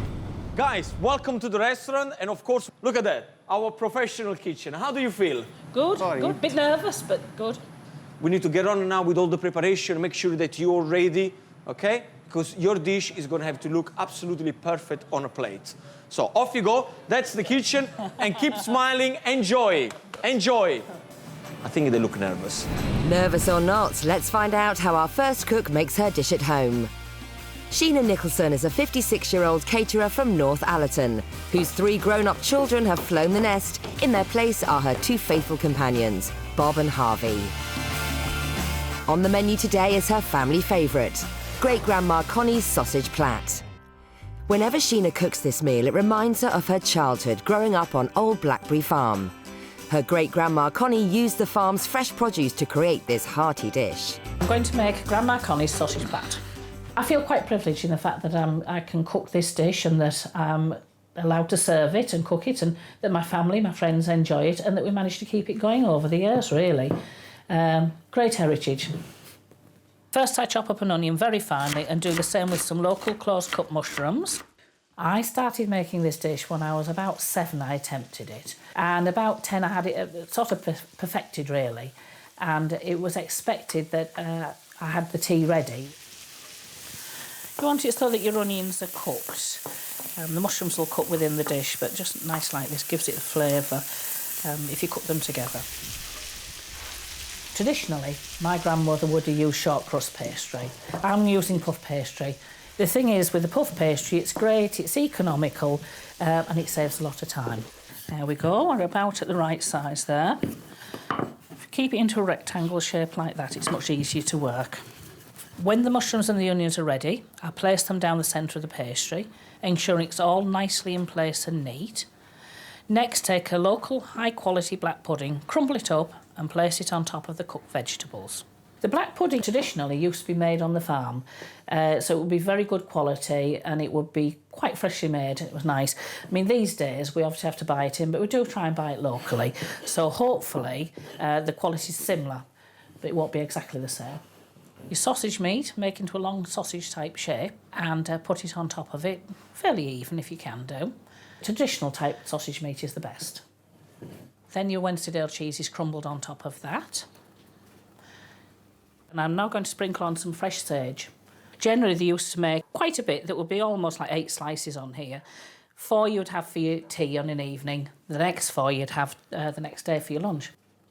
And then cut the pastry into 1-inch strips all the way down on both sides. Then after that you egg wash the edges of them about 1 inch in. Then start beginning your plaiting. Just bring one side over the other all the way so you've got it slightly, it doesn't have to be overlapping, just meeting. Family meals to me were really, the whole family sat down at mealtime. We didn't have snacks, it was a matter of 3 meals a day. And so you were hungry and you were ready for your meals. We think it's a good dish, and it would be really, really nice for the British public to taste it, to try it, and enjoy it. That's it. Now we're going to put it onto the tray. Then I'm going to egg wash it. There we go. That's your completed dish. I'm going to put it onto the top shelf for 30 minutes. OK, I'm just going to knock up the red currant and red wine sauce to go with it. Simply take 3 tablespoons of red currant jelly, about a cup of red wine, and then maybe half a pint of hot water, and add a couple of spoonfuls of gravy granules. Now the plat should be cooked. Cut it into chunky slices, sprinkle it with watercress, and then pour over the sauce. That's Sheena's great-grandma Connie's sausage plat, a delicious dish with a fascinating heritage to match. Tell me a little bit more about this dish. I mean, how old do you think this dish has been in your family? Well, I know it's 3 generations from me. So your mum, your grandmother... And my great-grandmother. Great-grandmother. Sheena's great-grandma Connie lived her whole life on Old Blackberry Farm in the heart of the Yorkshire Dales, and sausage plat was her favourite recipe to feed the family. Great-grandma Connie passed the recipe down to Sheena's parents, Jean and Henry, who in turn taught it to Sheena. I think they needed a dish they could take to the fields when it was threshing time and harvest time. They could eat for the lunches and have it cold the next day for take it down the fields or have it lunch with pickles, things like that. We were 6 children sitting at a kitchen table, plus always family, friends, at least 10 we'd feed. I did a lot of the cooking, I was the eldest one. For me, it was really good memories. I was quite privileged in the fact I was allowed to cook it. As children, we're all expected to help with the pigs, take them to market, see what went on, so it was always fresh pork or cured pork in those days. You usually cook this dish at home with your family, your friends come around. What about this paying customer? Well, I just hope that they enjoy it, and at the end of the day, it's our heritage. They're just going to have to sit there and try it and see what they think, but I think a lot of them will enjoy it. Gino has a fantastic chutney recipe for Sheena to try out next time she cooks the sausage plat. Now, let me show you a very easy but beautiful apple and tomato chutney, OK? These are the ingredients. Apple, tomatoes, onion, mustard seed, soft brown sugar, a little bit of cider vinegar. Simple as that. What you do, you make sure you chop all the apples, the tomato, and the onion. Yeah. Okay, you want a little chunk, like this one, probably 1 centimeter little chunk. Yeah. Put them in a pan with a little bit of sugar, mustard seeds, cider vinegar, okay, a couple of tablespoons of water. Yeah. Cook everything together. You probably want to do that for about 15-20 minutes until it gets all nice and sticky. Yeah. Then very simply cool it down, okay, and put it in one of these beautiful jars. Of course, sterilize the jar is very, very important. Yeah. Put it into the jar, close it, okay? And this one will last in the fridge for a good 3 or 4 weeks. Looks good. No problem whatsoever. Look at that. Looks good. You get all the beautiful mustard seeds in there, the tomato. Nice and sweet, because I'm thinking, you want to try? I'm thinking with the pork, with the saltiness of the pork and the cheese and the mushroom, nice, it really is going to lift everything up. Be lovely, yeah. So you gave my apple, tomato, onions, cider vinegar, mustard seed, and brown sugar chutney. Good. Sheena makes a start on the red currant sauce for her sausage plat by simmering red currant jelly with a generous glug of red wine. The pork seems to absorb the flavours, seems to go well with something slightly sweet, not too sweet. So the red currant brings the sweetness in, dry red wine gives it a little bit of a bite. I don't know about you guys, but I'm starting to get hungry now. All this fantastic home cooking really excites me. Don't go anywhere, because we have 2 more to come. Welcome back to There's No Taste Like Home. Today I'm in Yorkshire, and as you can see in the back, I got my 3 home cooks ready in the professional kitchen to serve up their family favorites. And things are starting to get really, really hot in here. Let's meet our second cook. 35-year-old Sarah Jaffar lives in Harrogate with her 2-year-old daughter Mia and partner Rob. Today, she's creating a Middle Eastern dish, her great-grandmother Latifa's lamb murrag. This recipe was first cooked by Sarah's great-grandmother in Kuwait during the 1920s. She then passed it down to Sarah's grandma, Miriam. So today I'm going to show you how to make my great-grandmother Latifa's lamb murrag.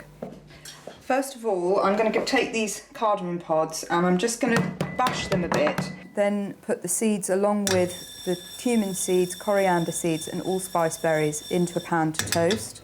I've always grown up with, spices being used a lot around the house, not even just in Kuwaiti dishes, but in all sorts of cooking. Once they're ready, you put them into a pestle and mortar, along with the cinnamon, turmeric and dried lime. Once they're well ground, put them on the lamb to marinate it. Just like any dry spice rub, really, you just want to rub it on the meat. My father would do it this way as well, and my grandmother would have done. Now, I'm using neck for this dish because it's quite traditional to use neck. It makes me think of my grandmother and the really happy times that we used to have going to have lunch with her and my grandfather. Once you've removed your meat from the pan, you can add your onions and the remaining marinade mix. So I'm going to add a combination of garlic. So this is our mountain garlic, which they would use traditionally in Kuwait. It's garlic, it just grows wild. Kuwaiti cooking traditionally would use quite a lot of garlic. So we're just going to put it in a small bowl and put some hot water on it. I'm going to put our meat back in, our aubergines, these chopped tomatoes, a tin of tomatoes, some tomato puree, some water in, and that's our mountain garlic going in. And I'm also at this point going to put in a dried lime, simmer for about 2 hours. I'm going to get on and make the dahous. So first of all, I'm going to add chopped onions, and then we'll add our spices and garlic in a minute. I'm going to put in some ground cumin and also some ground coriander. So I'll put the sliced garlic in first. Then we're going to add our garlic from the garlic press. So now we just want to give this a good mix so that all the spices coat the onion and the garlic. I'm going to put in the chopped tomatoes. Then we can add our tin of tomatoes. And then last of all, I'm going to put some tomato puree in. Again, a good teaspoonful, heaped teaspoon. And finally, add our lime. The dried lime's a really traditional thing to add to a tomato-based dish, and it just gives it quite a nice citrusy back note. So now it's ready to be covered, and we'll leave that to cook for about 45 minutes. To do the rice, I'm going to start by doing the onions, and we're just going to slowly let these cook. I'm just going to add a little bit of butter, which I don't think is something my grandmother would have done, but I just think it lends a nice flavour to the dish. So now we're ready to add our spices. These are the ground cardamom. And then also I'm going to put some cinnamon in, and this time I'm going to use a cinnamon stick. And next we're going to add the water. The rice wants to be just covered by the water. Make sure your rice is nice and even. Now we're going to bring this up to a boil, and we're going to let it go quite quickly until the water disappears. There's still a little bit of water down at the bottom. Now this is the point where you want to turn it down and you want to put the lid on. Now we're just going to get ready to serve up our rice. Make sure you get lots of the nice onions. So in Kuwait, the rice that sticks to the bottom of the pan is actually considered a delicacy. Now it's all ready to serve and enjoy. That's great-grandmother Latifa's lamb murrag, served with dahous, filfil, rice and yoghurt dressing. An exotic dish with an extraordinary heritage. Tell me about this dish. Well, I think probably the first person in the family that I know of to have made this dish was my great-grandmother, Latifa.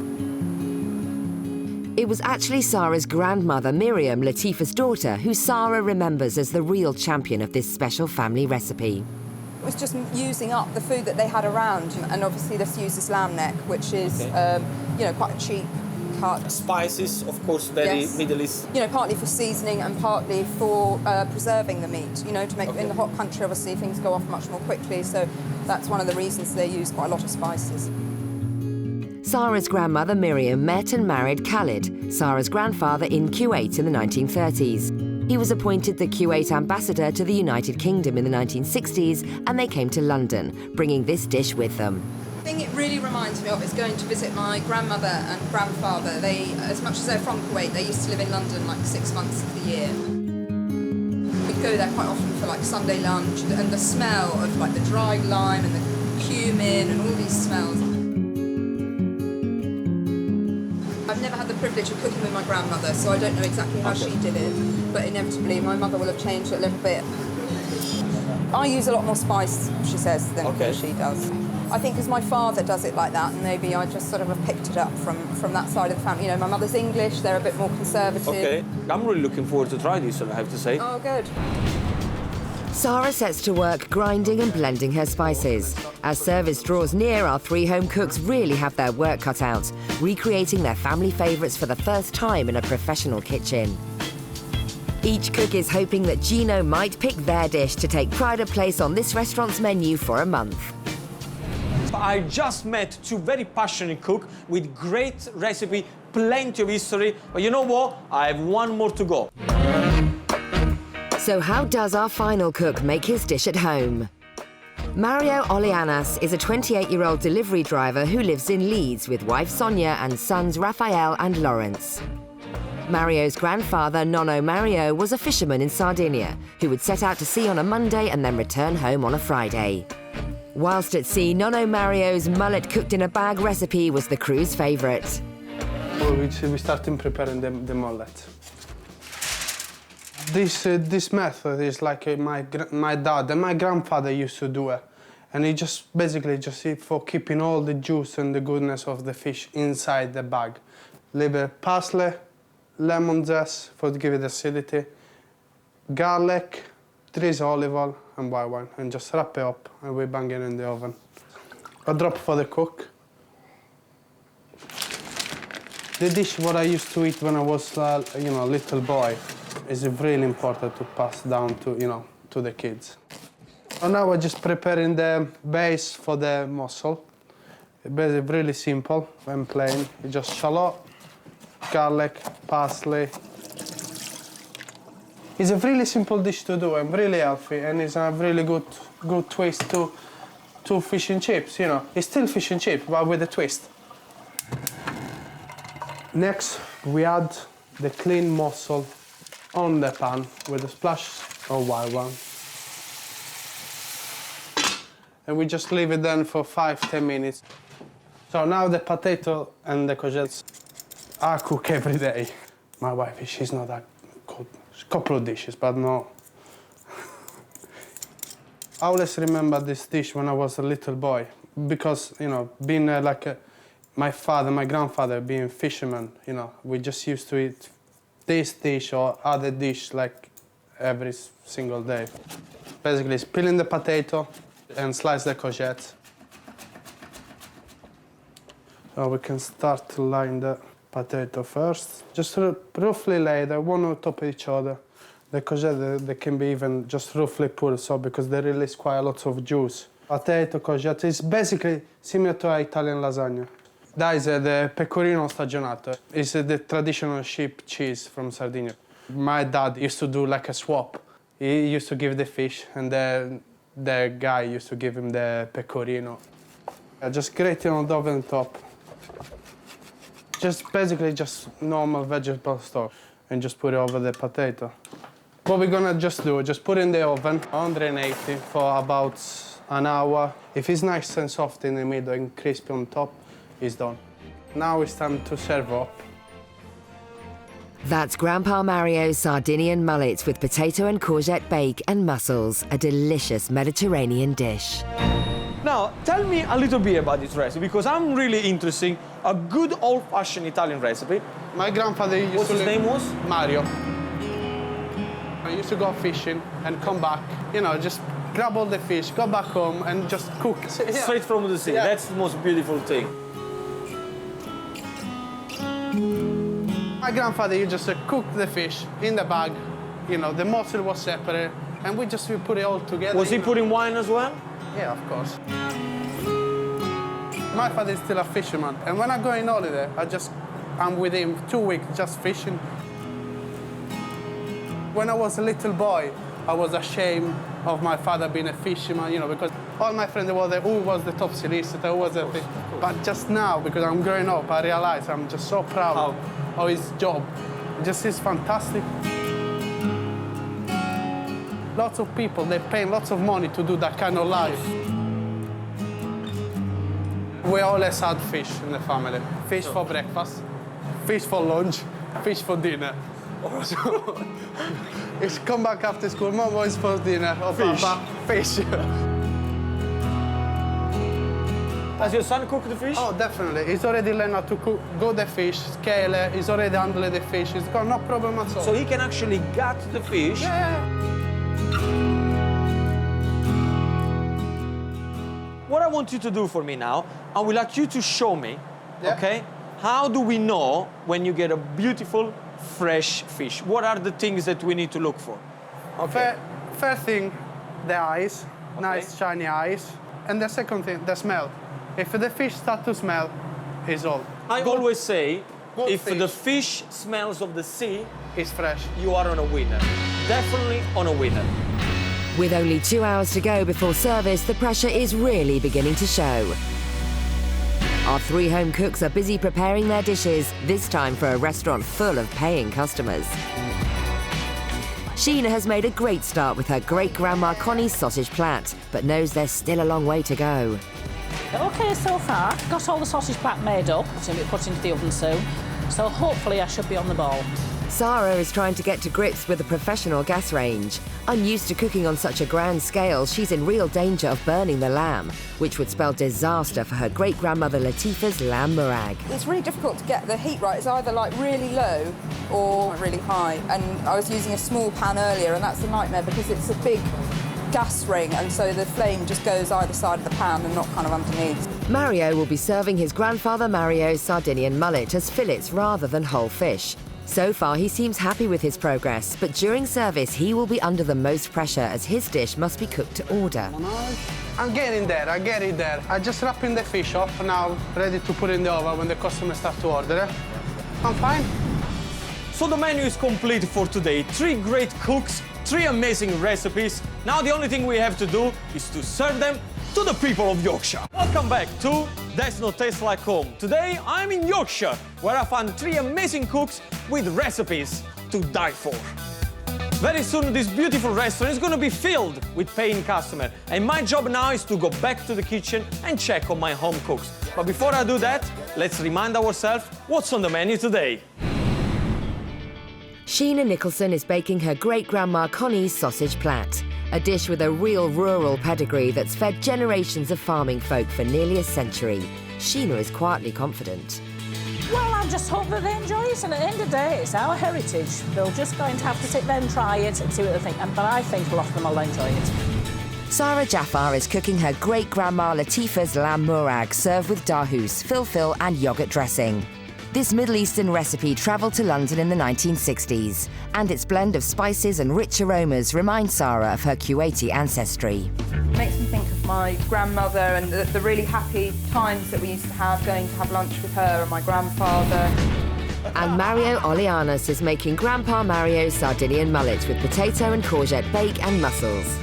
This classic Italian dish has been passed down a long line of Sardinian fishermen who would originally prepare it on boats whilst fishing in the warm waters of the Mediterranean. I always remember this dish when I was a little boy. My father, my grandfather being fishermen, we just used to eat this dish every single day.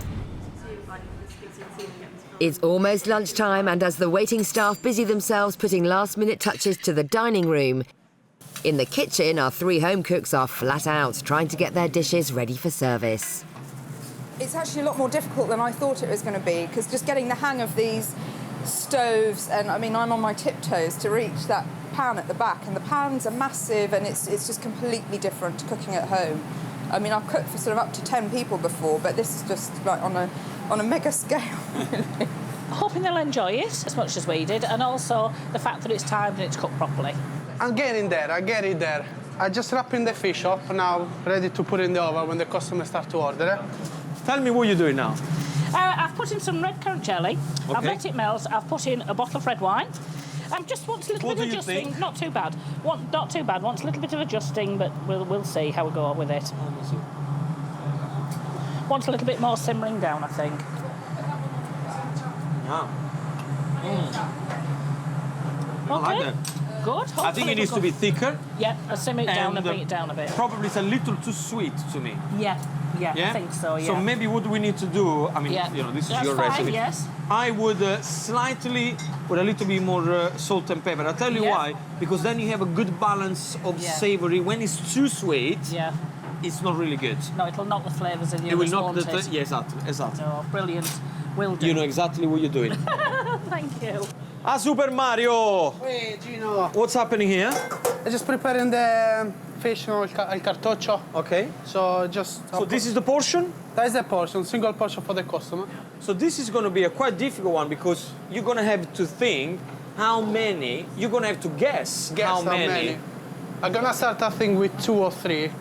And if the order start to increase. Are you going to do a check time? Yeah, I already put it, of course, actually, I put a one. How long do you reckon? Put it 5 minutes ago, I put a fish inside the... This is very important.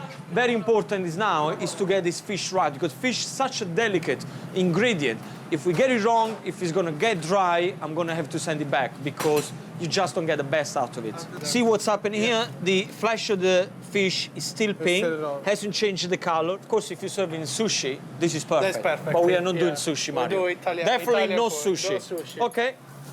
Sarah, how are we doing? Yeah, good, thank you. Okay, what are you doing here? That's a big batch. Yeah, I'm just sweating down my onions for the rice. For the rice? Oh, I see.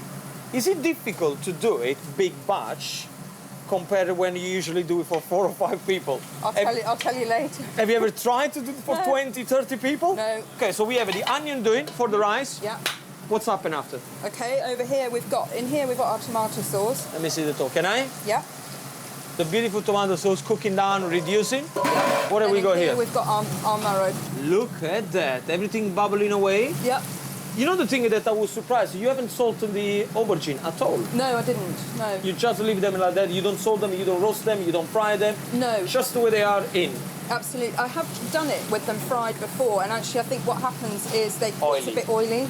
The only thing we've really got to do left with this is just taste it and then let it cool down, take the meat out and off the bone. We might need a few people to help me with that. Are you confident? Yes. With a full morning of busy preparation, the hours have flown by and already it's time for lunch. Outside the restaurant, a queue of hungry diners has formed, all keen to sample our 3 cooks' fantastic heritage dishes. Let's hope they're ready because it's now 12 o'clock and this restaurant is open for business. With Harrogate's superb array of restaurants and excellent local produce, the people here know what good food is, so our 3 home cooks will have to work hard to impress them.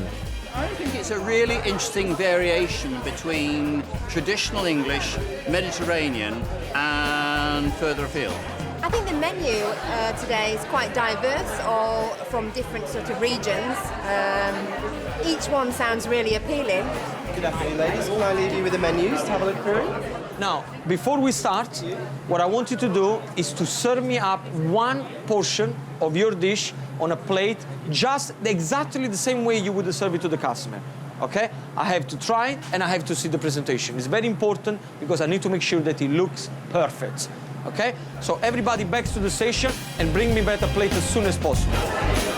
By the end of service, Gino will award 1 dish the honour of being on this restaurant's menu for a month. His decision will look at 3 main criteria: cost of ingredients, preparation time in the kitchen, and the reaction of the diners. With Gino taking on the role of head chef, it's his job to ensure that every dish that leaves the kitchen is perfect. First to take the taste test is Sheena with great-grandma Connie's sausage plat. Oh, is this yours? There we go, chef. Look at that. It looks beautiful. Presentation is great.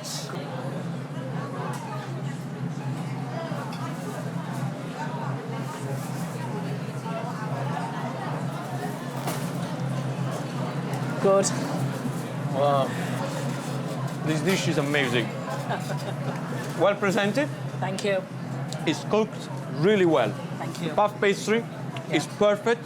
Yeah. Great balance with the cheese and the pork inside with the mushroom. Yeah. Is this the same way you serve it at home? Yes, it is, yes. Thank Your you. family is a very lucky family. Thank you very much. No, thank you. Next, Gino will taste Sarah's great-grandma Latifa's lamb Murrag, served with dahous, filfil and yoghurt dressing. Look at that. Beautiful. Oh, thank you. Traditionally, this is how we would serve it, on the bone, and I sort of thought maybe for a restaurant we should take it off the bone, but... I don't think so. This dish has got a lot of history. Yes. And I want you to keep this dish exactly the same way.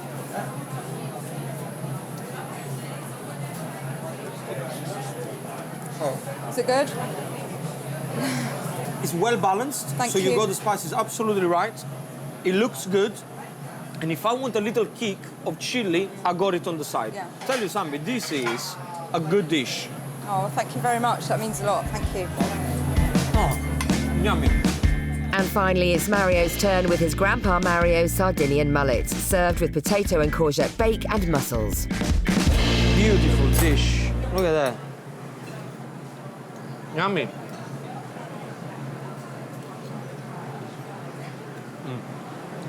Lovely dish. Really, really beautiful. I'll tell you what I like. This dish tells you a story about your family. Mussels, the fish, the fish flavor, and then you got this beautiful potato, which, by the way, are great because they're not overpowering the flavor of the dish. Grazie. You have some beautiful juices here. Can you see this? Yeah. This is golden liquid. Put a little bit of the juice on top of the fish, sprinkle of salt, job done. Good work, man. Grazie, Gino. Fantastico. Grazie. Gino is happy with all 3 dishes and allows service to begin. Thank you very much. Now is when we all get serious about it, okay? And whenever I'm here and I'm shouting the orders, I need to know that you understand my orders. The only way to do it, you need to answer back to me. The ticket will come in, I'm gonna shout your dish, okay? And the only thing I want you to hear is yes, Gino, or yes, chef, okay?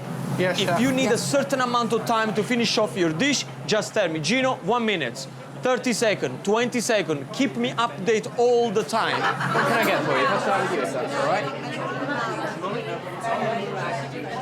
The great Grandma Connie's sausage plat, please. The lamb Murrag, please. Let's get it in position.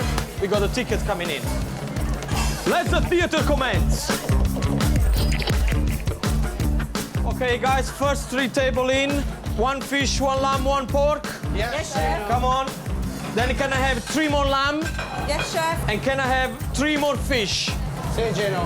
How long for the pork? 30 seconds. 30 seconds. Fish? Another 5 minutes. 5 minutes. Stay there with the pork. The lamb as well. Stay there, yeah? Don't cut too much in advance. It's gonna dry inside. Okay, sir. I can smell burnt garlic. Okay, guys, 1 more table. 2 fish, 2 pork, 2 lamb. Yes, chef. How long for the lamb? Okay, guys, table number 35, 1 lamb, 4 more fishes. Get those fishes. As soon as that one comes out, the first batch, up underneath straight away. As Mario's dish is cooked to order, Gino has to hold back the lamb Murrag and sausage plat until the fish is ready, so the diners all eat together. That means service is dependent on Mario. Mario, 2 more fishes. Everybody's gonna have to wait around Mario, which I think is worth it to wait around Mario because the fish is beautiful, right? Yes, yeah. Ladies are always well prepared, the men always behind. Simple as that. Okay, guys, they come in fast and furious, all right? I need 4 fishes. Sì. How long? 1 minute. I don't believe you. 1 minute, 1 second. 1 second or 1 minute? 1 minute, chef. Scusa, Okay. Gino. Have you got 2 ready? Do me 1 more lamb. How long for the 3 lamb? 2 minutes, chef. After an earlier battle with the gas rings, Sarah's finding it hard to maintain the right temperature for her plates, and these ones are piping hot. Your plates are far too hot, yeah? When I ask for a hot plate, I ask for a plate that it can be handled by human. But after waiting for Mario, Sarah's plates that were too hot are now too cold. This is getting cold. Sarah, your dish is getting cold. Would you serve that one to your dad? Nothing gets past head chef Gino. Look at this parsley. The only thing dead on the dish should be the fish and the mussels, not the parsley. Finally, the 3 dishes are ready and Gino allows them to be served to the diners. Don't give me the plates that are too hot. So lamb, now this plate is quite hot, so just be careful with that. There we are. Thank you. Okay, this is your sausage plat for you here. Thank you very much indeed. Oh, that looks delicious, doesn't it? That looks lovely. Mario. Yeah, chef. See Gino. How long for the fish? It's coming. Beautiful. This is what food is all about. Look at that, simple flavor, simple decoration, absolutely amazing. Can I have the lamb? Sorry, chef, did you want one more lamb? Yeah. Now, let me tell you what I like about today's service. All the dishes are actually going equally. There is no one that is standing out of the menu from the other. They're all going very, very equally. One more, one less, but that means that all the dishes are well appreciated by our diners, which is great. They're all smiling, they're all laughing, chefs, and one of them is happy. Beautiful. The fish looks amazing, Mario. Grazie. The lamb is beautiful the way you present it. Absolutely beautiful. And you carry on with the pork because it really stands out. Jolly good. Sheen is used to catering for the hearty appetites of working farmers, so there's a surprise in store when one diner is not satisfied. What's happened? Chef, table 28. The lady's just questioning if there's any potatoes to come with a sausage plat. She's from Yorkshire. She wants vegetable. Mario, do me a portion of your potato. Potato are arriving straight away. I've spoken to Gino about your recommendation. We borrowed potatoes from someone else. Oh, that's just going to make it the perfect meal now. Problem solved, and Sheena can heave a sigh of relief. But how's the other food going down? Considering I was going to go for the mullet, I'm so glad I got this. Outstanding. Beautiful. Very tasty. The mullet is absolutely lovely. It's really, really fresh. The ingredients are obviously fresh. The mussels are amazing. They don't taste fishy at all. They're absolutely great. It's lovely and lemony, and it's like being in Italy. It's really nice. In the restaurant are some very special diners who know these dishes inside out. You must be Sonia. I am. How are you? I got Mario's permission to kiss you, by the way. Yeah. How is the dish so far? It was lovely. Yeah? It was Good? really nice, yeah. Now, tell me something. Have you ever been to the fishmonger where Mario's dad works? No, I've been to the fishing boat where Mario Dad works. And? And exciting. Have to watch when the boat comes in and they catch the fish and see what the catch of the day is. Now, I want you to tell me something, but honestly, which one do you think makes the best dish? Mario's dad or Mario? Oh, that's a tough one. I got you. I have I got to you. say Mario. Every time. You're so predictable. Mario all the time.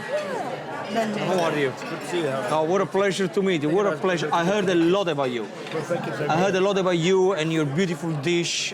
You actually showed Sarah how to do it. Yeah? Good job. Do you think you can do better? You can tell me the truth. You can tell me the truth, Fuad. You can tell me the truth. She's a better cook than I am, yes. See? Because that's meaning you teach her well. I tell you, Sarah, she's putting a lot of effort in this dish. She wanted to make sure that it was absolutely perfect for you guys. Perfect, yeah. Do you think it was a good choice to leave the meat on the bone? Oh, yes, excellent, yes. That's the way to do it. That's the way to do it. That's how it's done always. With only a few tables left to serve, the cooks have managed to keep up with the pace of lunchtime in a professional restaurant. I'm very, very proud of today's home cooks. I mean, the dishes, they looked unbelievably great on a plate. But unfortunately, it can only be one winner. And the winner will have a place on this restaurant menu for 1 month. So stay with me, because after the break, I'm going to have to reveal who is the winner. This is going to be tough. Welcome to a professional kitchen. Your dish is getting cold. Chef Gino DiCampo is on a mission to prove there's no taste like home. You know which one is which? OK, chef. He's found 3 home cooks with 3 historic family recipes. Together, they've taken over a restaurant in Harrogate, North Yorkshire. It's a full house, and as a result, the orders have come through thick and fast. I'm glad we're getting towards the end of service. It's pretty hectic. And our cooks have risen to the challenge. Table number 25, done. Service is nearly over, and the cooks are all hoping that Gino will choose their dish as the winner and secure a place on the restaurant's menu for a month. Okay, guys, please. We are on the last few tables. Table number 32, yeah? Beautiful, beautiful. Okay, guys, the last 2 lamb. A round of applause for yourself, because you really worked really, really hard. Service is finished, and our cooks have done all they can to showcase their home-cooked dish. It's now up to the diners, the restaurant's head chef and manager to help Gino pick today's winning dish. I ordered pork plat, and it's a beautiful taste. and the sauce is just out of this world. I ordered the lamb Murrag and it was absolutely delicious. The lamb just fell off the bone and the chilli salsa were just absolutely gorgeous and lovely. I really enjoyed it. You can't teach home cooking. It's something that gets passed down in families, and it's lovely to actually come out and experience a meal like this. Well, they seem to have enjoyed them, but the difficult decision of which to pick is with Gino. Will it be Sheena Nicholson's great-grandma Connie's sausage plat? A rustic favourite that goes back many generations and was enjoyed by farmers working the fields of the Yorkshire Dales. I think they needed a dish they could take to the fields when it was threshing time and harvest time. They could eat for the lunches and have it cold the next day with pickles, things like that. Or will it be Mario Oleanos and his grandpa Mario's Sardinian mullet served with potato and courgette bacon mussels? This dish was perfected by generations of Sardinian fishermen who would cook it with fresh fish straight out of the sea. My grandfather used to go fishing and come back, you know, just grab all the fish, go back home and just cook. Yeah. Straight from the sea. Yeah. That's the most beautiful thing. Or Sarah Jaffar's great-grandma Latifa's lamb Murrag served with dahus, filfil and yoghurt dressing, a spice dish that travelled 3,000 miles from Kuwait to London in the early 1960s, and now reminds Sarah of her Middle Eastern ancestry. The thing it really reminds me of is going to visit my grandmother and grandfather. We'd go there quite often for like Sunday lunch, and the smell of like the dried lime and the cumin and all these smells. Okay, guys, have you enjoyed the food? Yeah! It was good, was it? Yeah! Well, let me introduce you, okay, our 3 home cooks. Please welcome. Okay? You good? Everything okay? Listen, everybody enjoyed, okay? You know how much I love the dishes. Today is probably the most difficult day as far as concerning me because I have to choose one of the dishes. They all looked very good. They all tasted very, very good as well. But unfortunately, we can only have one winner, okay? You are all winner already. But today, the winner of Does Not Taste Like Home is...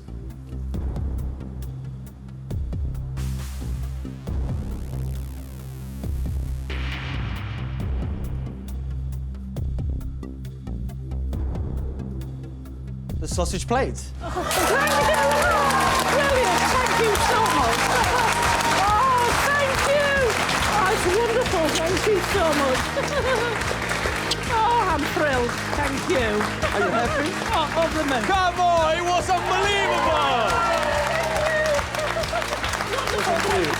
It was unbelievable. Oh, thank you, I'm thrilled.